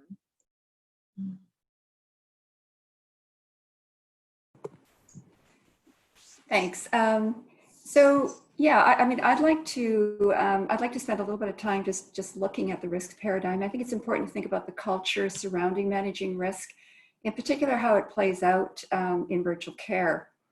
You know, the current pandemic context presents such a unique challenge regarding risk management. We've got, on the one hand, you know, of course, we're all worried about our students who may be at risk out there, students we don't know about, who may not have accessed services or reached out, and also students who are in, you know, already have made contact with our services, and we're managing risk with them. Of course, you know, dealing with isolation and disruption to daily routines has an impact on everyone, and so it's especially a concern for students who are at risk. You know, there is decreased access to in-person mental health services, and that's obviously concerning. You know, in terms of you know, I think a natural you know, worry that folks in healthcare professions have around you know, when you're curtailing access to certain types of services, what does that mean for the student who is more at risk? The location of students right now is a real issue, you know, by itself. We've got students who are remaining local, students who have, you know, who are actually out of province, and also who are abroad and, you know, in various parts of the world. They are still our students. They're doing classes online, and of course the issues there around accessing resources are many. We have, you know, professional guidelines speak to the limitation of virtual care for risk management. So these things are what we're also paying attention to. And for many counselors, virtual service delivery is relatively new. So, you know, managing risk within virtual services adds a whole layer of complexity that they worry about, understandably, and that they don't feel necessarily confident about all the time. So, you know, lots of things going on there, lots of factors. You know, and then if we sort of take a look at, you know, the campus context, you know, a number of factors impact risk tolerance in a campus culture. And these vary across campuses and also change over time. So, you know, for any given campus, their experience with and response to risk, including suicide, has an impact. It has an impact on, you know, risk management policies that develop and procedures in mental health care. It has an impact on mental health professionals, significant impact. And it certainly impacts how risk is managed and then when we're looking at virtual care delivery on any given campus. So I say this just to underscore the point that each of our contexts are very unique, and our experiences are unique, the history is unique, and so we're sort of dealing with our own community on our campuses around risk, the culture of it, and that does have an impact in terms of how we manage this during our remote working. So at UBC, just like to speak a little bit about our experience, the implementation of you know, a systemic approach, collaborative step care, you know, those have certainly impacted you know, the risk paradigm on our campus over the years. So I'd like to highlight 3 things that you know, sort of emerge as, I think, important to mention in terms of risk tolerance and risk management and how they're playing out in terms of virtual care. The first is just access to mental health services. And I raised this point in my previous slide. On a really broad level, you know, what we're finding is that, you know, creating and promoting multiple options and modalities for accessing mental health support and crisis support in particular is really important because it creates choice for students. It has the potential for lowering barriers to help seeking, not only no matter where a student is located, but also in terms of the way in which a student may feel most comfortable reaching out. So having multiple avenues, access points, modalities actually creates a safer environment. And so this becomes a systems level strategy for managing risk and hopefully reducing risk. You know, at UBC, we rely on a combination of in-house, contracted, local community, provincial, and international resources. And we're currently working with our communications department on really how to make this information as optimally available for students in a way that's clear, easy to navigate, so that you know, it's really highly accessible. And this speaks to the whole issue of sort of just the awareness building. The second area really has to do with screening and assessment. And there are just a number of different aspects to this that, you know, involves, you know, most centers have some processes around, you know, how much information they collect prior to an appointment, what type of information that is, does that include screening, when does screening occur, if it occurs, when does this more in-depth assessment occur, all of those kinds of questions. And so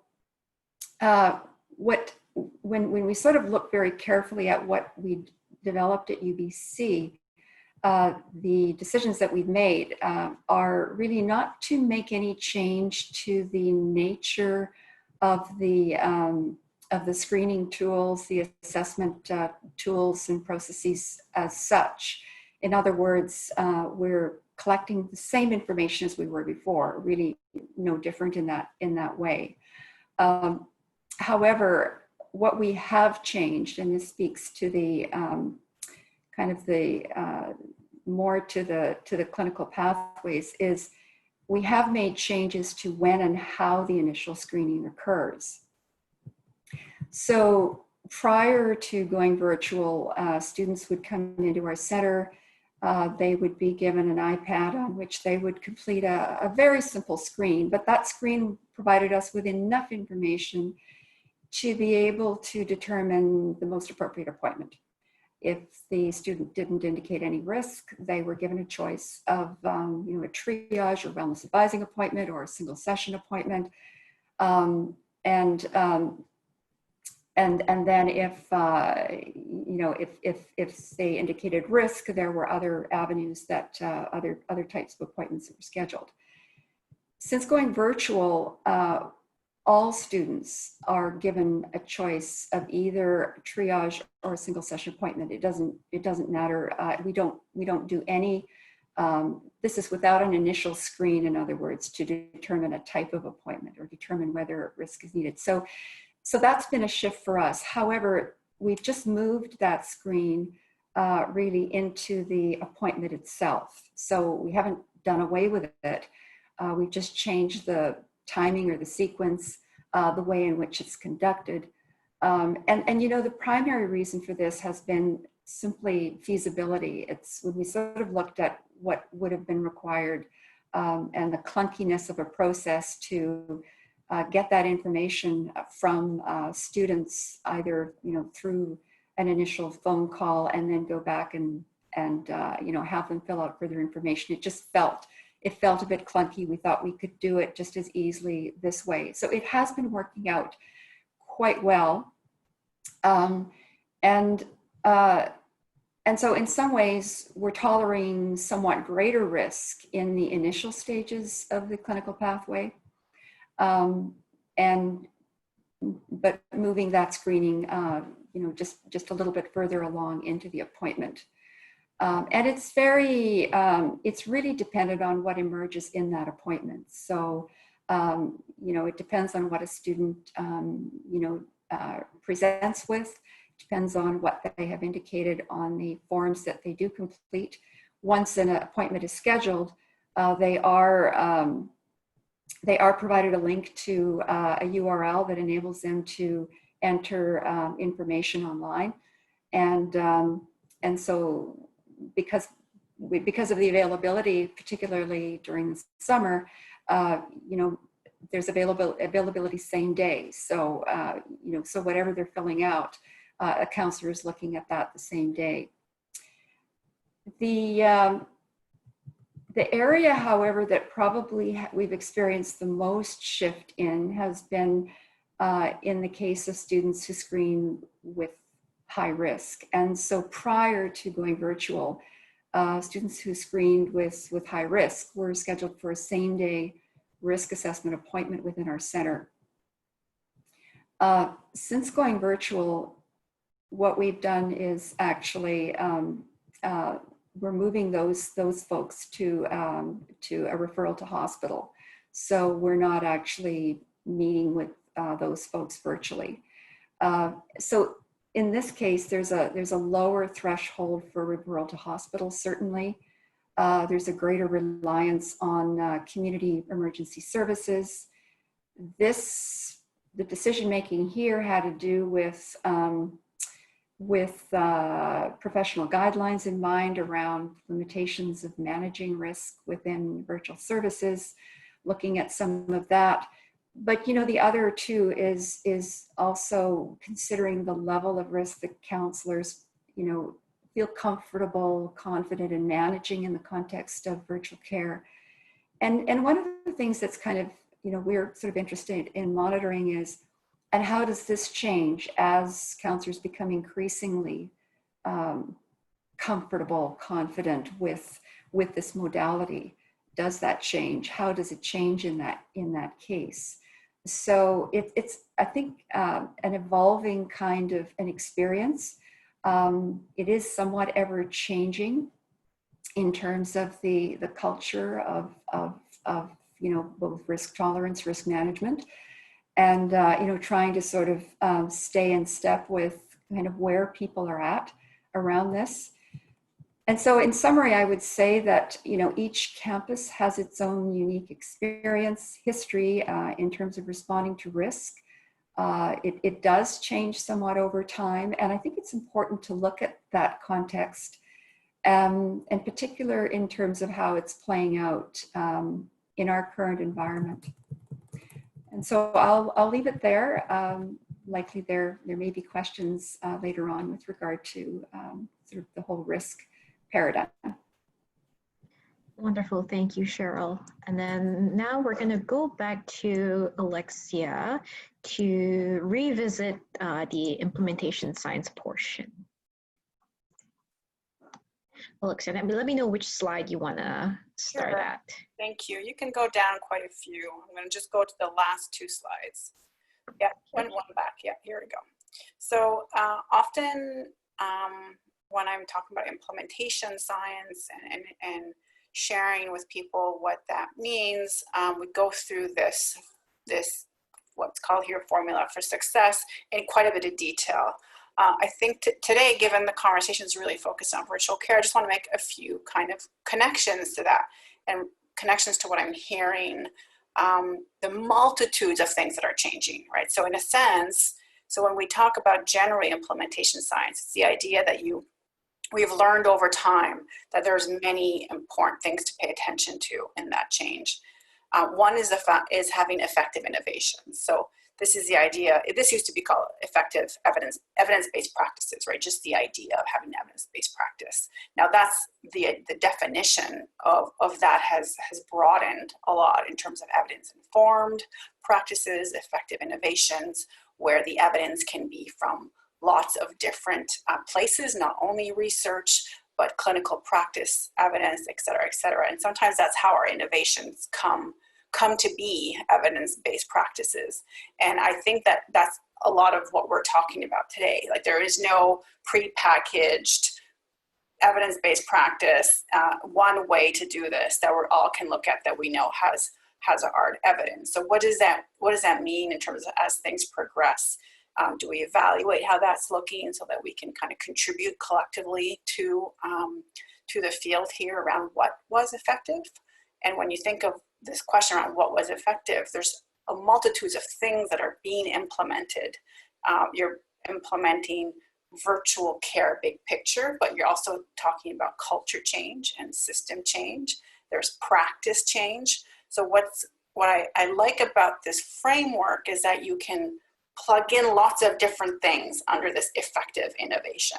So if, let's say, the process of virtual care is going really well, and you don't need to pay a lot of more attention to that, then is the effective innovation, the thing you're implementing is the culture change around virtual care. And so you can use that as your effective innovation and then look through effective implementation methods. Okay, so how do we do that better?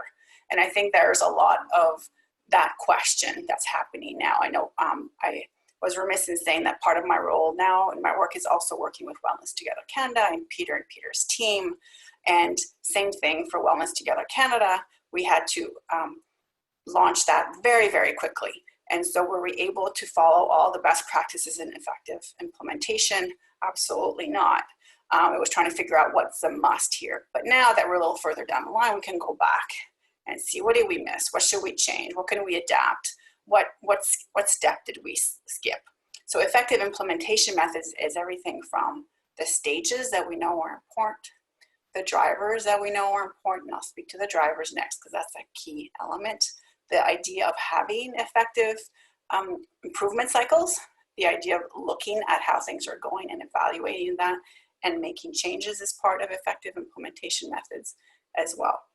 And in addition, the idea of having implementation teams. So a big aspect of implementation science of finding is that when you add a lot of implementation work, like new change to people's current work, it's really hard for that to be done well. That the recommendation more and more is that people who are actually in charge and responsible for making that change have some dedicated time to do that, that is part of their job. And if there's multiple people who that's part of their job, that becomes a bit of an implementation team. And lastly, the next piece around the enabling context. So knowing that the context in which this implementation is happening is absolutely critical. What are the multitudes of priorities? What's the funding context? What's the political context? What's the socio-cultural context? Now with the focus on anti-racism and anti-Black racism specifically, what's that context adding to the work that you're all undertaking? And that all of those elements are necessary to have those effective outcomes. Now, what I think is very interesting is that early days when this formula for success was developed by some implementation specialists, researchers at the National Implementation Research Network, the formula was effective innovations plus effective implementation methods equal socially significant outcomes. So there were two things, and it was addition. There was an addition. Now it changed to multiplication, and it was added the enabling context. So I think it's really an evolution of what we've understood as being important to the implementation process. So I'm just going to focus on one element of the effective implementation methods on the next slide. If you can, Perlin, switch to the next slide. Because I think that you've spoken to a lot of these aspects of what you attended to, people attended to in this change process. So there's a lot going on in this slide. I'll walk you through it a little bit. Most of the time on this slide, we don't have the list of examples all around it. It's just this triangle. So I'll speak about just the triangle, and I'll tell you what this list around the contour is. So this is called implementation drivers. So drivers are factors, levers, whatever you want to call them, that impact implementation efforts. And a lot of you have spoken to many of these in the context of what you've had to do to make this happen. Historically, the focus of change has focused on the competency drivers. So the left side of the triangle here, knowing that people had to be trained and supported, maybe consulted, coaching, supervision to make a change. So this idea put a lot of onus on clinicians or the front line to make the change, to be responsible for the change. What implementation science really focuses more on are the organizational changes that might be needed and the leadership, the importance of leadership in making these change happen. In order to work all together and lead to like this ability to have fidelity to whatever is being implemented and however fidelity is defined. But it's essentially getting to the goal of what you were hoping to have implemented. Now, the examples here are everywhere from systems intervention, which many of you spoke about. Facilitative administration sounds pretty boring. It's policies and procedures, but I think that's a lot of what you had to do. And like I said earlier, typically when I support people in their change efforts, they focus a lot on like the training and what are clinicians going to have to do differently and how do we help them do that. And later comes what are we going to have to do in an organization to change our structure, our policies, our procedures, our resources, and what's going to be expected of the leaders to do that. I feel like this is kind of flipped a little bit on the order, so I'm curious to see how things evolve over time. And the examples that you see are just examples of things that that would be required to change or be thought through in this change effort. And actually, they were all the examples here.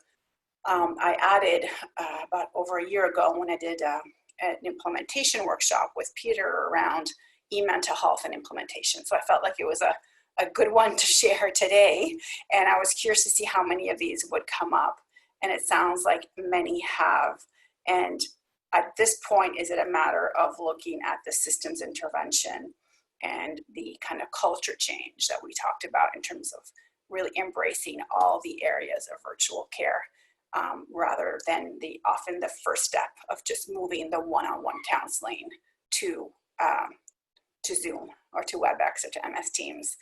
What more is going to take to really transform our system here? I think we're at least in Ontario, this is the conversation we're having. How can we transform our system to increase access in a way that we've never thought we could do? This whole, the pandemic has really propelled us, 10, 15 years to look at this. And so since we've been launched in it without the ability to totally look at these factors, is there a way to look at them now and really ensure a sustainable practice change for the future. And I think that's part of, Peter, correct me if I'm wrong, what we're looking at now. So we had to launch really quickly. How do we make this something that can be an everlasting change in our mental health system? So I'll leave you with that. I know it's not necessarily 100% the focus for today, but you're all changing so many things at once. So sometimes having a few frameworks to go to can be helpful, especially in retroaction.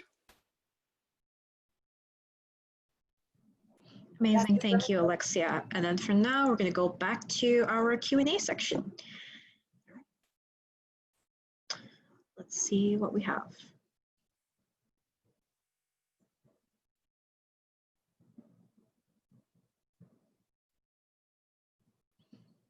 Oh, looks like Peter already answered the question that was there. We'll give a couple of minutes to see if anyone else has any questions. But if not, we can always move on to the next section so that we can catch up a little bit on that time.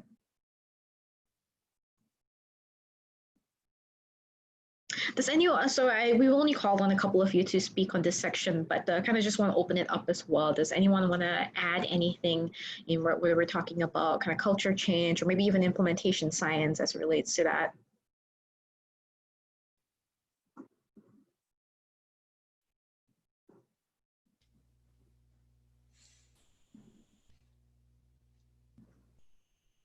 I might just make the one point that given that our greatest resource are human resources, they're our colleagues, our team members, as we work together as a team and as we go through these significant shifts and changes, I think it's just really critical to underline the importance of having sufficient connection with our colleagues, with our teams, and to be providing the opportunities and support for everyone to feel a part of making the changes, making the decisions about the changes and how we practice. And you know, I know for my own team, the time that we spent simply trying to digest and adjust to what was happening and really thinking aloud about the whole process of change really was critical to be able to have everyone on board in the same way and really moving forward, which I think then allowed people to feel even more comfortable and inspired to, you know, think of new suggestions or outside of the box ideas. So I think that interpersonal culture was really facilitative of being able to make some of the changes. Thank you, David. That's very well said. And actually, that was a perfect segue because now we're going to go into frontline perspectives and actually going to turn it right back to you again to talk about some of those pieces, for example, surrounding the electronic health record and how that would have affected how the frontline staff are dealing with this. So we're going to pull up your slides again.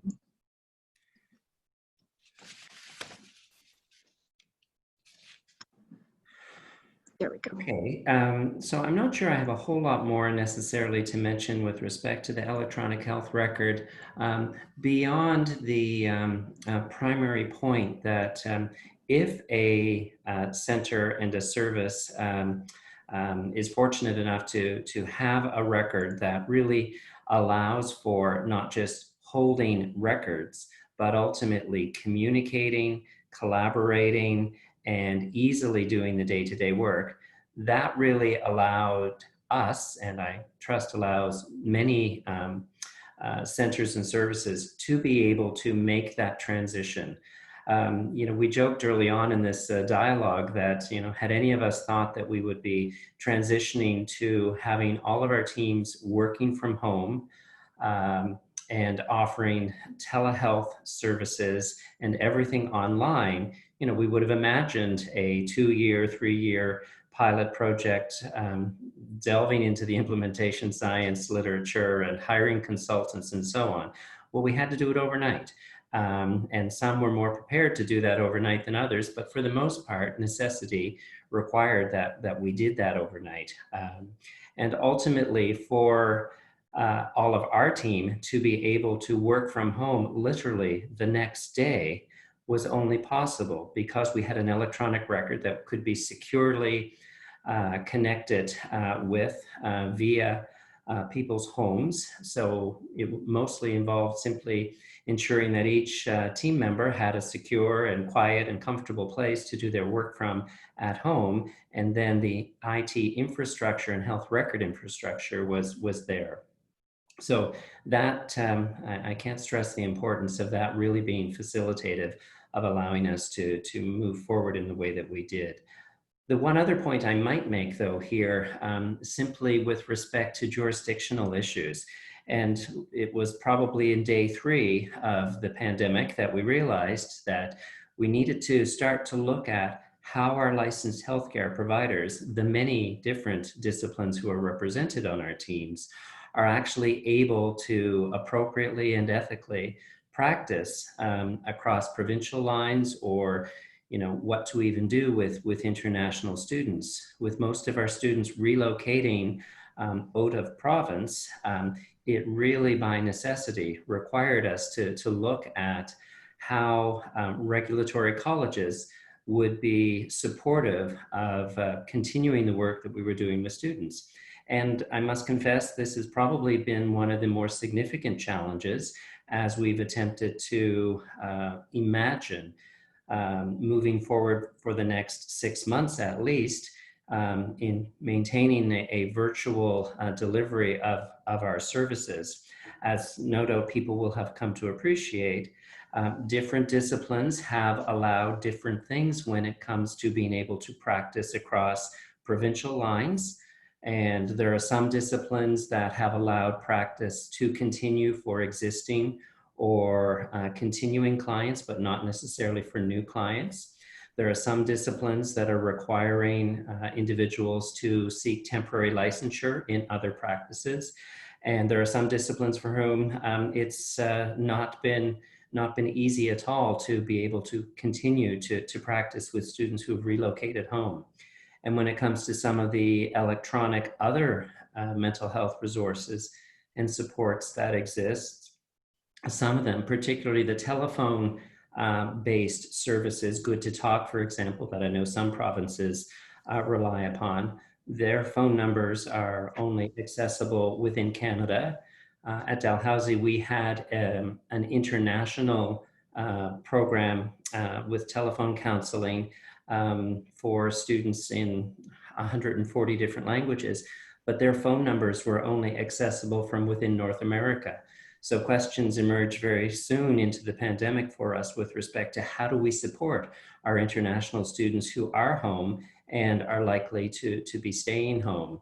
One of the solutions that we'll be pursuing at Dalhousie, assuming regulatory colleges don't change some of these realities, is strategically having some of our staff seek temporary licensure in other jurisdictions based upon the percentage of students who are coming to us via different provinces in the country.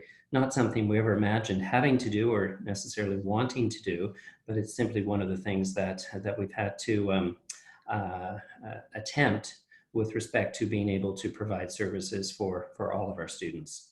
So maybe I'll just leave it at that one for now, and other people can highlight some of the particular challenges that they've been working on, or some of the particular tips that they would suggest. Thank you, David. Okay. And now we're gonna turn it over to Sandra. Hi everyone, I'm Sandra Ewan. I'm from UT Health and Wellness, and I'm the Director of Professional Practice and Quality Assurance. I'll just translate that a little bit. So part of my job is to manage our mental health team of psychology, social work, mental health nurses, who consist of our complex care team. And I also have another hat in representing the Best Practices Network, a partnership with McGill and Queen's. And in terms of our virtual guide, working with Dalhousie and UBC in addition. So I think Maria sent that link out. So I am tasked with talking about the differences between doing in-person work versus virtual work in terms of counseling and psychotherapy, and the changes that we made at U of T. So what I'm going to be talking about is really pragmatic in terms of the actual how-to or how we implemented that. So these are sort of the top 10 things that came to mind when I was asked to talk about this. And one is clinician readiness. And just to note that prior to the pandemic, we had a lot of hesitation about moving into the virtual realm, worried about risk management, worried about, what would that do to our wait list? We were worried about how that would affect our whole system and the patient flow. And out of necessity, we basically, we're all ready. We had to be ready. So overnight, we moved over to phone immediately. And then within a week or two, we moved into video conferencing. So our clinicians were not ready. We didn't expect that the buildings would be closed and then we would have to go virtual. But everyone pitched in, everyone was all motivated by the same thing, and that was really continuity of care and caring for their students that were already under their care. So that really motivated us to try to provide a transition that was as seamless as possible. The next thing was that our clinicians really needed to learn some new technology. And that didn't come easy, and it wasn't like we could provide a lot of support for our clinicians because it was really slapped together very quickly. Some of our psychiatrists were already using OTN, the Ontario Telemedicine Network, so that was a bit of an easier transition. And then we also use Acuro, which has Medio as the video conferencing platform for clinical sessions, which is also compliant with legislation around personal health information. And then U of T also approved MS Teams to be used in a clinical way, but not being able to use chat, because once you use chat, that becomes personal health information that's distributed. So how we supported our teams in terms of the new technology is giving them videos to learn from. We provided a lot of instructional documentation, and our assistant director also ran some live training sessions using share screen on MS Teams just to demonstrate different features of the different platforms. What we're finding that initially it was primarily all phone, and then a little bit of video, and across the weeks more and more uptake for video.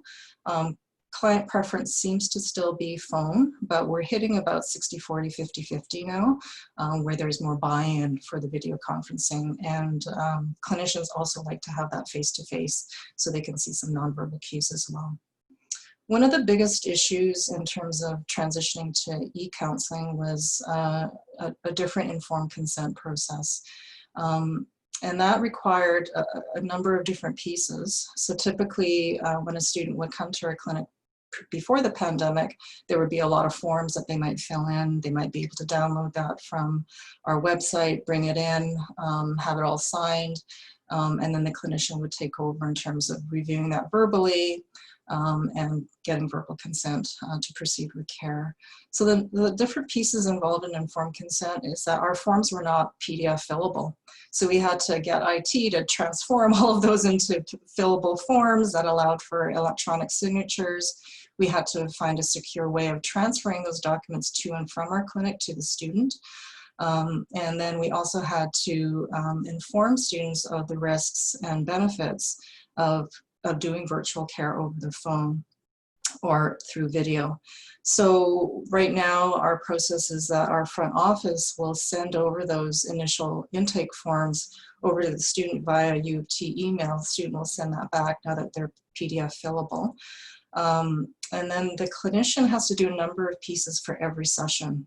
We just want to ensure that for every session, the student knows what they're signing up for if they're doing a virtual session.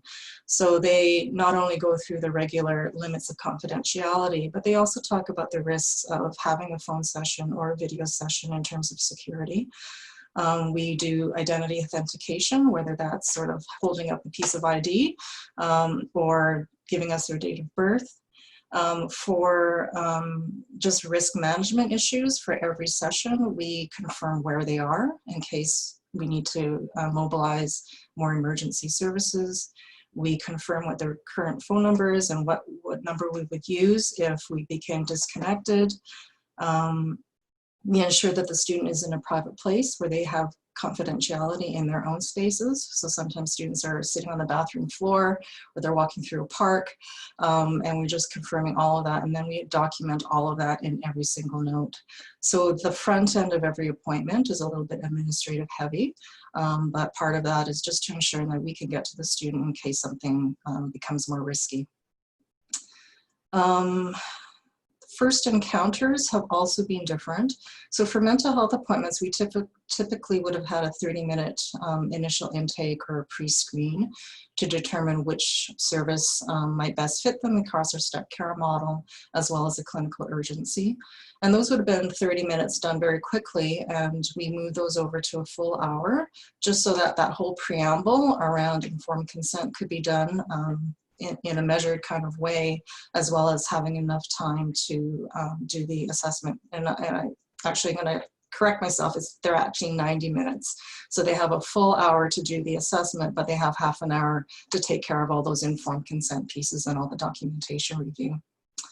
So that relates to number 5, the appointment duration, is that we've lengthened our intake assessment. We've given the clinicians more wiggle room in case there are more questions around informed consent, and any leftover time is just extra administrative time for them. In terms of our workshops and group therapy, we're kind of in limbo right now. Our workshops have been transitioned to the virtual realm, and we're using MS Teams for that. And we've also created some new content in the context of the pandemic. So we're creating a social support group that will happen virtually. And we've created some new content that can be delivered in person or virtually, so that when we're now creating new stuff, we're thinking of it in terms of 2 modalities. For group therapy, we only have MS Teams available to us, but MS Teams is not a medical record or a clinical platform that we're not entirely comfortable with. And it only has a limited number of sort of tiles. So if you have beyond 9 members in the group, you really can't see the student and the co-facilitators at the same time. So we are exploring other platforms for that. Something to keep in mind when we're developing our workshops and groups is from the clinician perspective, they're not only revamping their content, but they're also learning the platform at the same time. And they do require more time, more administrative time, downtime to be able to create this and to learn at the same time. So it's important to allow our clinicians more flexibility in terms of their schedules, because we are doing a lot of program development right now. In terms of in-person medical services, most of the work still is being done virtually, and most of it, I understand, is through phone, but we do have in-person appointments. If there needs to be a live in-person medical investigation done, it will usually start with a virtual appointment first, and then we'll have the student come in. So our medical services, we're located on 2 floors, so our mental health clinic on the 1st floor is actually closed, but the medical services clinic is open. So any staff, faculty, visitor, student who comes into our space, and the building is locked down right now, the only offices that's open is our clinic. Everyone's going to go through a screening process in terms of their travel history, any symptoms, as well as any other sort of medical issues that need attention. So that we do have an active screening process. Their temperatures are being taken as well.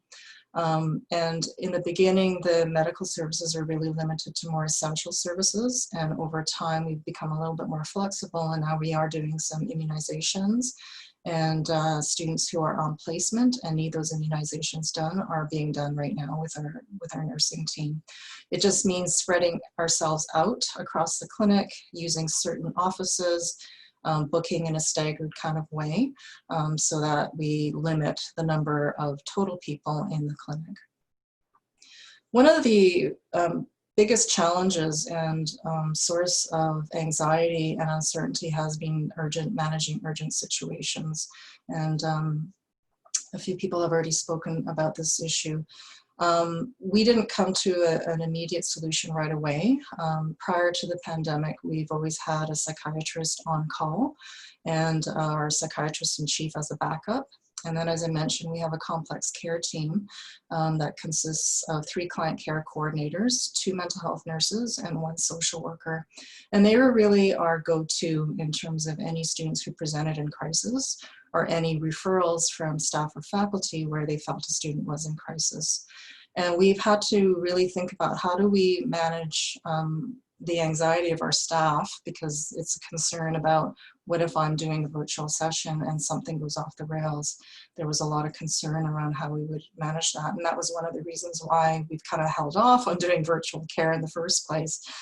So we really had to put our minds to this. And I think we've come up with a pretty good solution, and it feels quite nimble, actually. And I was in a meeting just this morning where we had a situation yesterday that went extremely smooth. And it, from the perspective of that team, it really feels like they're doing the hallway chat. They're walking down the hallway. They're talking about a student who's an urgent concern, and it feels pretty fluid and pretty nimble, and it's been working well so far.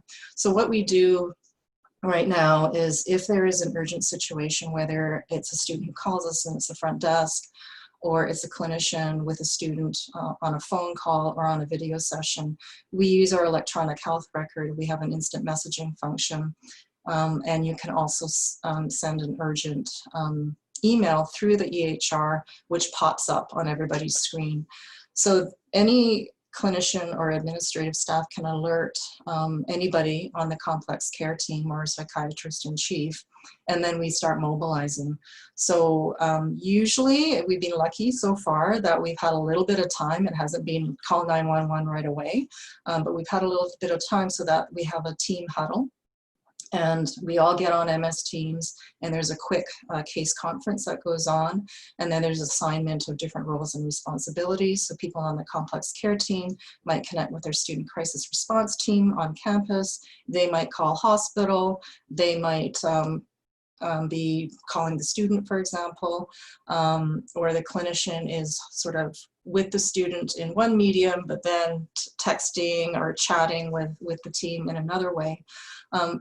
Whatever happens, there's a very quick team huddle that happens, a plan of action occurs, and then it can result in a joint session, a joint virtual session, either through OTN or through MS Teams, where we might have multiple clinicians, usually no more than 2, because it can be a little bit jarring for a student. So it might be the psych on call, it might be a complex care team member, or it might be the attending clinician, and they do a joint risk assessment with the student, and they come up with a plan of action.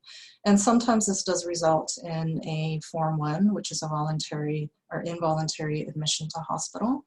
And if the student is on campus, we would call campus police. If it's in GTA, Toronto, we would call Metro Police. And this has actually worked out quite well. Our complex care team then follows up with the hospital the next day or the day of to determine the outcome of that Form 1 situation. And then we start doing some case management. So that's the way that we've kind of worked around it.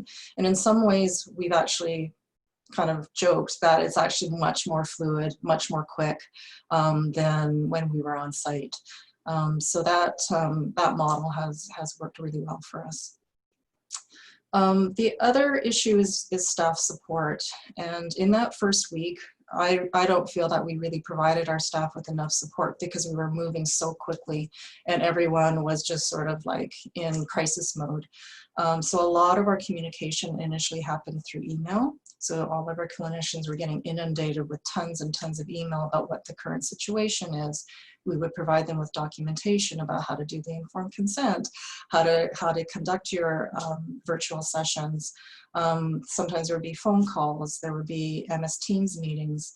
But in those first couple of weeks, I really felt that the clinicians just kind of stepped up and they did as much as they could with as little support as the managers could provide. And over time, we started to resume our normal functions and we resumed our case conferences in the virtual realm. We had more check-in meetings with staff. I'd have some one-on-ones as well. And we also provided as much tools and documentations, policies, and guidelines for clinicians as well. And I can't tell you enough how grateful we were that all of our clinicians really stepped up and they did as much as they could with as little as they could. So kudos to them. And then as David mentioned earlier, there are jurisdiction issues and we are unable to practice cross-provincially, never mind internationally. And while we can get temporary licenses, we decided we're not going to go that route. We were fortunate enough to have had a pre-existing contract with Murnau Chappell for MySSP, who has international sort of offices. They have clinicians and counselors across the world. So that's the place where we would refer students for ongoing care or for new care if they were new students but were in a different province. And that's been really helpful. Not to say that we don't try to provide continuity of care as much as we can. So what we do is rather than have a clinical session, we would have more of an administrative kind of transition meeting with the student, and it might involve our client care coordinator as well, where we would try to identify what some of the local supports might be for that student in their province or in their country. And an obvious go-to would be a family doctor that they would have seen in the past. So that's how we've kind of worked around it, but we are sort of trying to consider other models.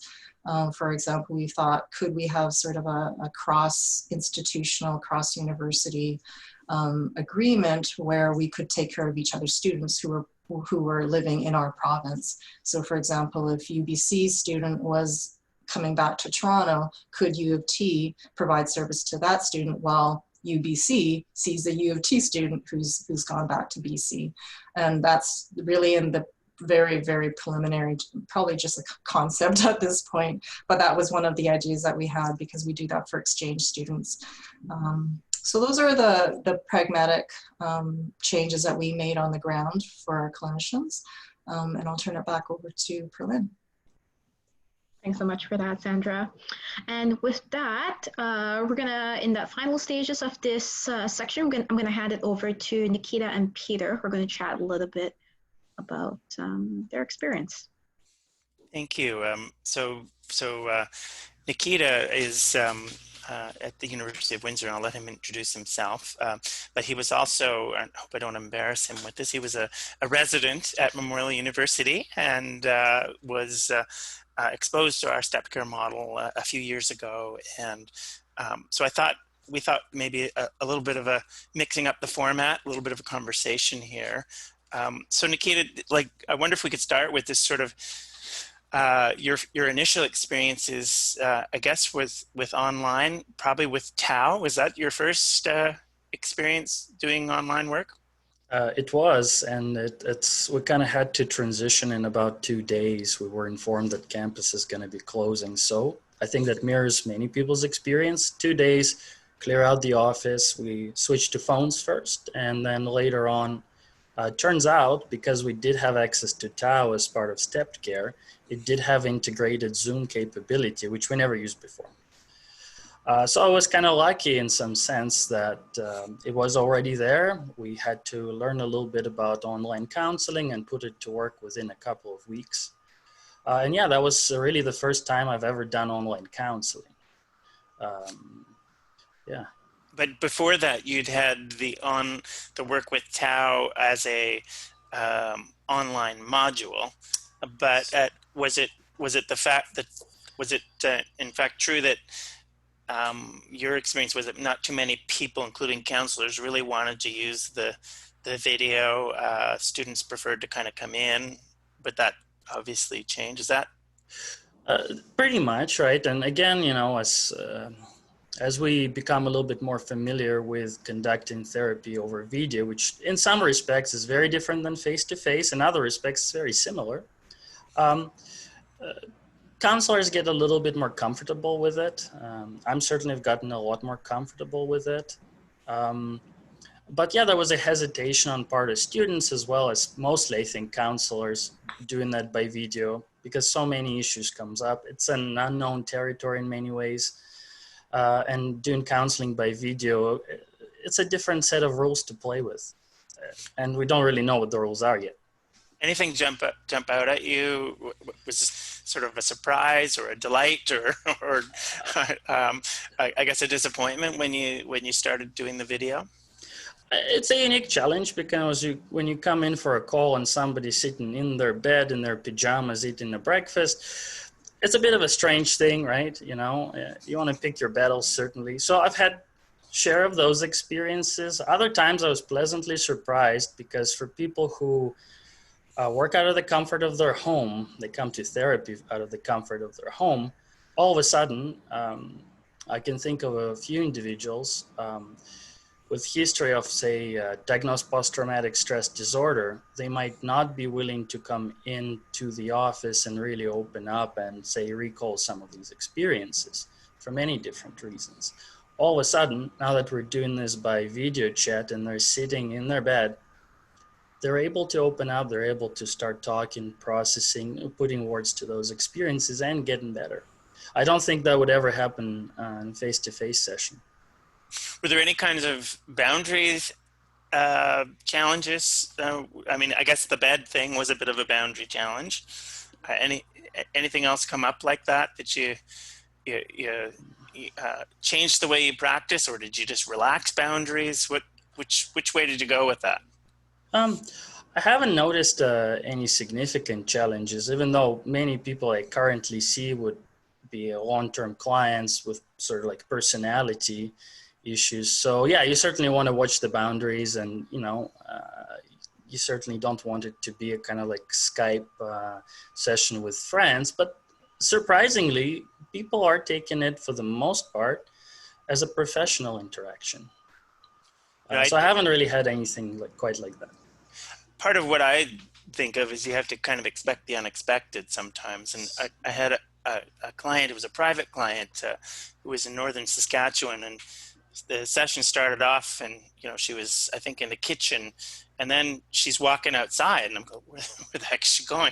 She's walking and walking and walking and walking, and she goes into this other building, and apparently this is sort of a shed that's been converted into her bedroom. So she was making her way to a more private location for the session, which was, a good thing, but that's one of the things that you never know where people are going to be, and we're ethically responsible for making sure that they're in a confidential space.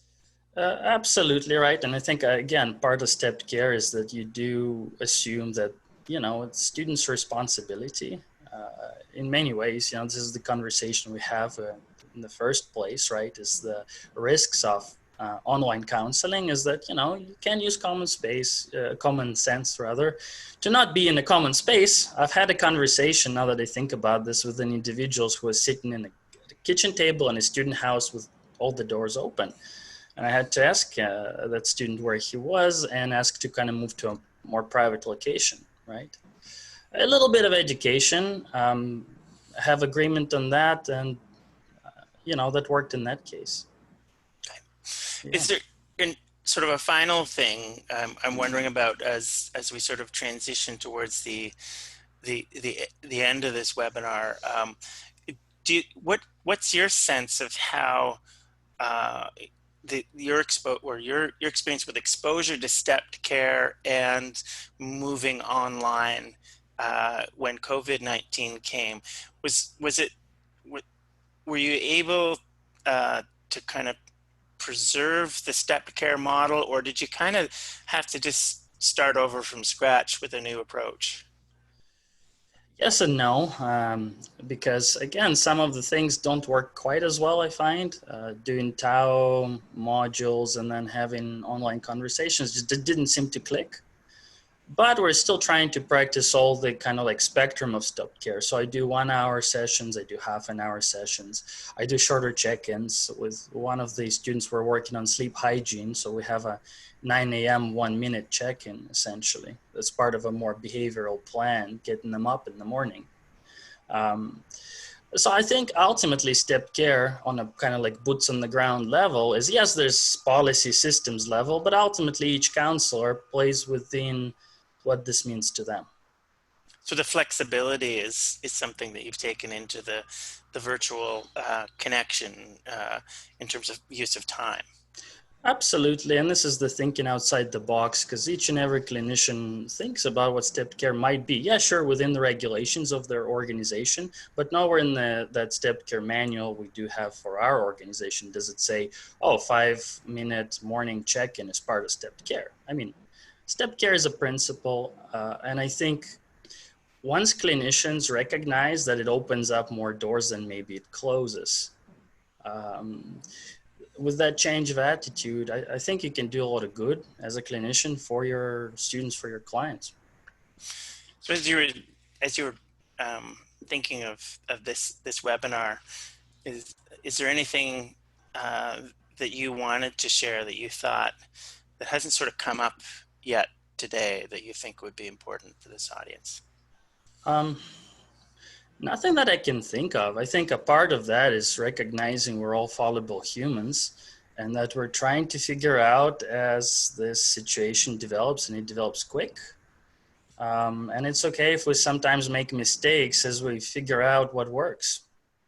Being human online often means rolling with the technical glitches, and I think I remember at Memorial when you were there, we had our share of those things, and you had to learn how to do that gracefully and mindfully. Practice a little mindfulness while the glitches are occurring.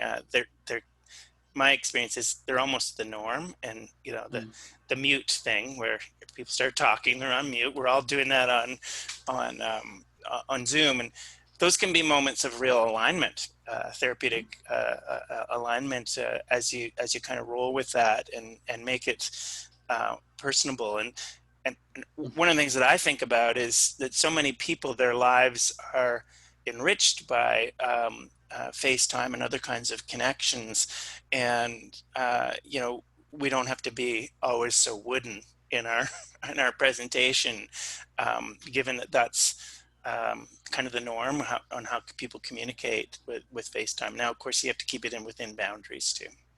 Absolutely right, but you know, going back to what works in therapy, and that's building that human connection, even if it does kind of come across as digital realm. I think that's not that different. I don't think so. One tip, and I'm not sure if you do this yourself, when you're seeing people, do you turn off your image? Only really if we both kind of agree we're not using the phone, but we both turn off video. Otherwise, it's kind of strange. No, I mean your image, so you don't see yourself. Oh, no. I actually like seeing a little bit of myself if something weird's going on, right? Seeing what they're seeing. One of the things that I've heard is that can create the Zoom fatigue. So for people who are doing virtual care session after session, it's one thing you could experiment with Zoom. You can go into your settings and you can turn off so you don't see your image, because otherwise you're consciously you're taking some energy. Some energy is going to how you look. You're fixing your hair, and so it's worth experimenting with that. I think so, right? Or you can use it as exposure therapy. Okay, well, thank you, Nikita. Perlin, turn it back to you, and I think you're probably going to turn it right back to me. Is that right? Yeah, we're just going to go through some questions really quickly first before that. So we had a question just come in. Can you speak to managing virtual care fatigue for clinicians? I wonder if anyone else has thoughts. So, Sandra, I'm thinking about your attention to sort of the care of the clinicians and whether the fatigue issue has come up. It has, and I'm hearing that across Ontario, actually, because I'm part of Ontario Counselling Directors listserv as well, and it's a concern. I think we heard that more loudly a couple of weeks ago, and it's feeling like people are getting used to doing virtual care as time progresses. But I think one thing that is helpful, although it's also concerning at the same time, is that our volumes are lower than they were when our buildings were open. So it allows more flexibility in terms of their schedule. So they're not seeing as high volume as they would have in person. So that's helped. And we're trying to be flexible. Like, do you want the 90-minute for the intake, or would you prefer the 60? Would you prefer phone, or would you prefer? So we're trying to mix it up a little bit. At the same time, I'm trying to sort of maximize this opportunity in a way where they do have more downtime, is to allow them to do more program development. So they're not just doing the clinical direct one-on-one work, where they can get a little bit more creative and develop some workshops or revamp our groups for the virtual realm. So always trying to give them as much variety as possible, having team meetings to support them, to hear from them in terms of what the challenges are and how we can support them, at the same time balancing the care and providing that. Great. Anybody else on the panel? Some suggestions around fatigue? Yeah, if I would want to jump in. I think that's something that we were very concerned about, especially since we've just been through sort of a very intensive already kind of launch phase. So it's kind of our second summer where, you know, a lot of people feel like they can't take a vacation because there's so much going on, and they're so involved and committed. So to really ensure that that people are taking time off, that there are spaces to connect, but also real active permission and encouragement to disconnect. I think also to speak to things like tapping into kind of our collective resilience. So when Dana was talking about sort of our work with our students, but you know, we know that you know, mutual support is very helpful to our kind of tapping into our resiliency, but acknowledgement of the hard work that people are doing, but also kind of speak to a lot of the things that we do at our Friday each year is actually kind of naming what we're grateful for. You know, like it's important to kind of tap into that positive element and resiliency stuff among ourselves, but also to recognize that for a lot of people, what they need is time away and disconnect and kind of balance it out. But to Sandra's point, one of the biggest things was to show as leaders and managers compassion and flexibility. You know, is, you know, yes, we're doing all this amazing work, but this is not a sprint, it's a marathon. And, you know, it is challenging to change the way you work, and then there are realities at home. So being flexible to the kind of work that people are doing, and to understand that in many ways it is not business as usual.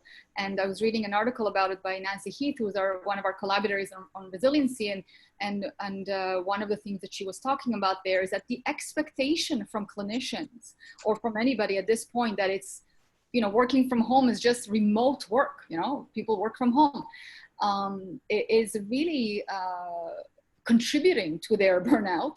And we have to acknowledge that this is not business as usual. We are going through a global pandemic, and it is important to bring forward that you know, flexibility and that compassion and you know, consideration as people are responding to this. And I would just add that, you know, a lot of our staff have young children. They have to take care of childcare. If they're older children, they're also teaching their kids, or they're navigating, you know, the virtual world for their schooling. So, you know, having those conversations with them in terms of how can we best do this work together, and how can we be flexible as much as we can to support their work. The other thing that we often, that I often do, just under normal circumstances is while we want to be student-centered, we also want to be looking at self-care and how you manage your clinical caseload, and thinking about, you know, the students who are more complex, where there is more urgency, you know, book those earlier in the day, book those earlier in the week. And then also thinking about your own vulnerabilities as a clinician, that if students with chronic depression are more of an emotional load for you, you don't want to be booking all of those students on the same day. Or if there's highly anxious students that maybe drive your own energies up, and you feel more exhausted after that, to really pace your own clinical caseload across the week in a way that's going to work for you as well. I do have a final point or practical suggestion just to kind of add to what everybody's been talking about. And that is, my wife pointed it out to me actually, and I think she's right, is I'm actually talking from a little makeshift counseling station I put up, and it always goes away at the end of the day. So once work is done, this is not there anymore. And I think for people who work from home, it can be a really helpful tip to kind of improve that self-care. So it doesn't bring back memories of the work you've just done. You're off the clock. You're good to go till tomorrow, you know? Thanks, everyone. Those are some really, really great points, especially around the self-care piece. Now, just before we go back to Peter, we did have those 2 questions left over from earlier on. One was about what does text-based counseling look like? And the other is, how do you train graduate interns around telehealth? So if anyone has kind of any resources, any tips or tricks to add. We'll find out this fall when we all try it for the first time. I did respond earlier in the text to both of those. I'm not sure in a very satisfactory way, but there is something there if people scroll up. Yeah, and just to acknowledge that, you know, the literature on online service delivery is, you know, kind of somewhat developed. I mean, there are some, you know, service providers, that's the only thing they do.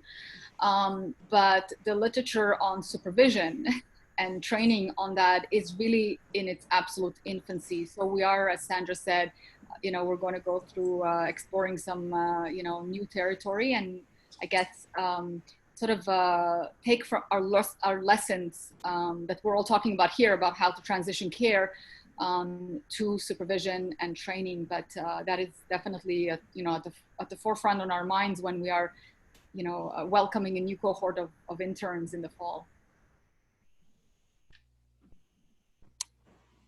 Absolutely. And so with that, I think I will turn it over to Peter. Yeah, thank you everybody for attending today, and panelists. I think we learn so much from each other, and I think we are in this country, we've got a community of practice that's particularly ripe at this moment for shared learning, because we are all in this together, this pandemic, and there's a number of, you know, things that are happening globally that are bringing us together to think differently about how we're practicing, whether it's how we look at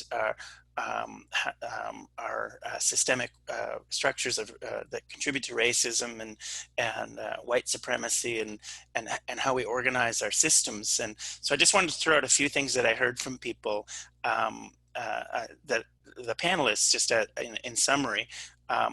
But before I do that, the last topic on fatigue, I think one of the things to think about with fatigue is that just like psychotherapy and counseling isn't the only thing that people need, this is a great time to expand the options of care. One of the best ways not to create burnout is to make sure that your counseling isn't the only thing you're offering. And I remember Nikita saying once on a meeting that he joined, a consulting meeting when he was a resident, saying, the reason I have time for this meeting is because we've implemented stepped care and I've got gaps in my schedule. So keep that in mind, that one of the best ways is to leave room in your schedule by making sure that counseling isn't the only thing you offer, virtually or otherwise. So a couple of things that stand out for me. I heard Vera and Giovanni saying collaborative care and design. That ties in. Design is a co-design. It's you design treatment with your clients. You do very much flexible. When you're working directly with clients, but also when you're planning your programming. And then that's part of implementation science. So really, there's some really good guides for how to implement, which I think most of us weren't trained in. I certainly wasn't trained in implementation. I was trained how to do psychotherapy. So if we're trying to implement something that's totally different from what we're trained in, better draw on implementation science. David, I was struck by David's the silent partner of the electronic record system. That's a huge, very, very important foundation. That having that platform to organize everything that you're doing, and it has huge potential in doing therapeutic measurement, all kinds of things that we know will improve outcomes. And when Dana was talking, I was thinking, I love that title, Associate Director of Resilience and Wellness Enhancement. You know, that's the kind of thinking that we can do in this crisis, is how can we do things differently? It's a great opportunity for us to not just knee-jerk respond and do the same thing now through video, but how can we structure our programming?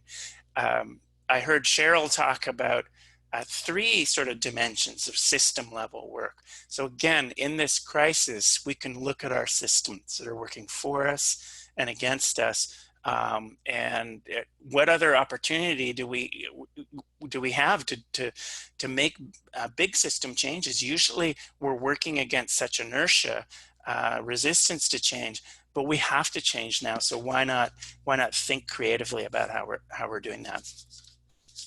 I probably missed some things. I'm aware that we're running out of time. I wanted to say something about Sandra's attention to staff and supporting staff through this.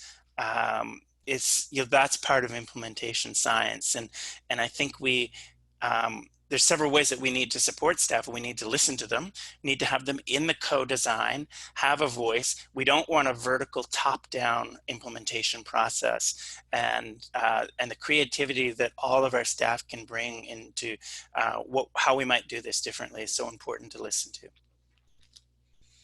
So thank you, everybody. Thank you, everyone, and thank you, Peter. Marie, did you want to say a couple of words? I just wanted to thank all of our panelists. I think it is so amazing how collaborative this sector is, and as you are all learning, your willingness to share is going to make such a difference in all of our attendees' lives. And thank you also for stressing self-care, because this is something we've really been pushing and trying to bring a very important attention to. So with that, just thank you very much. All right. Well, again, thank you everyone for joining us. Thank you to our speakers, our incredibly intelligent panelists for sharing their expertise and their thoughts. And thank you to everyone for joining us here today. There is going to be an email going out tomorrow with a copy of the slides, as well as a recording of this whole 3-hour workshop.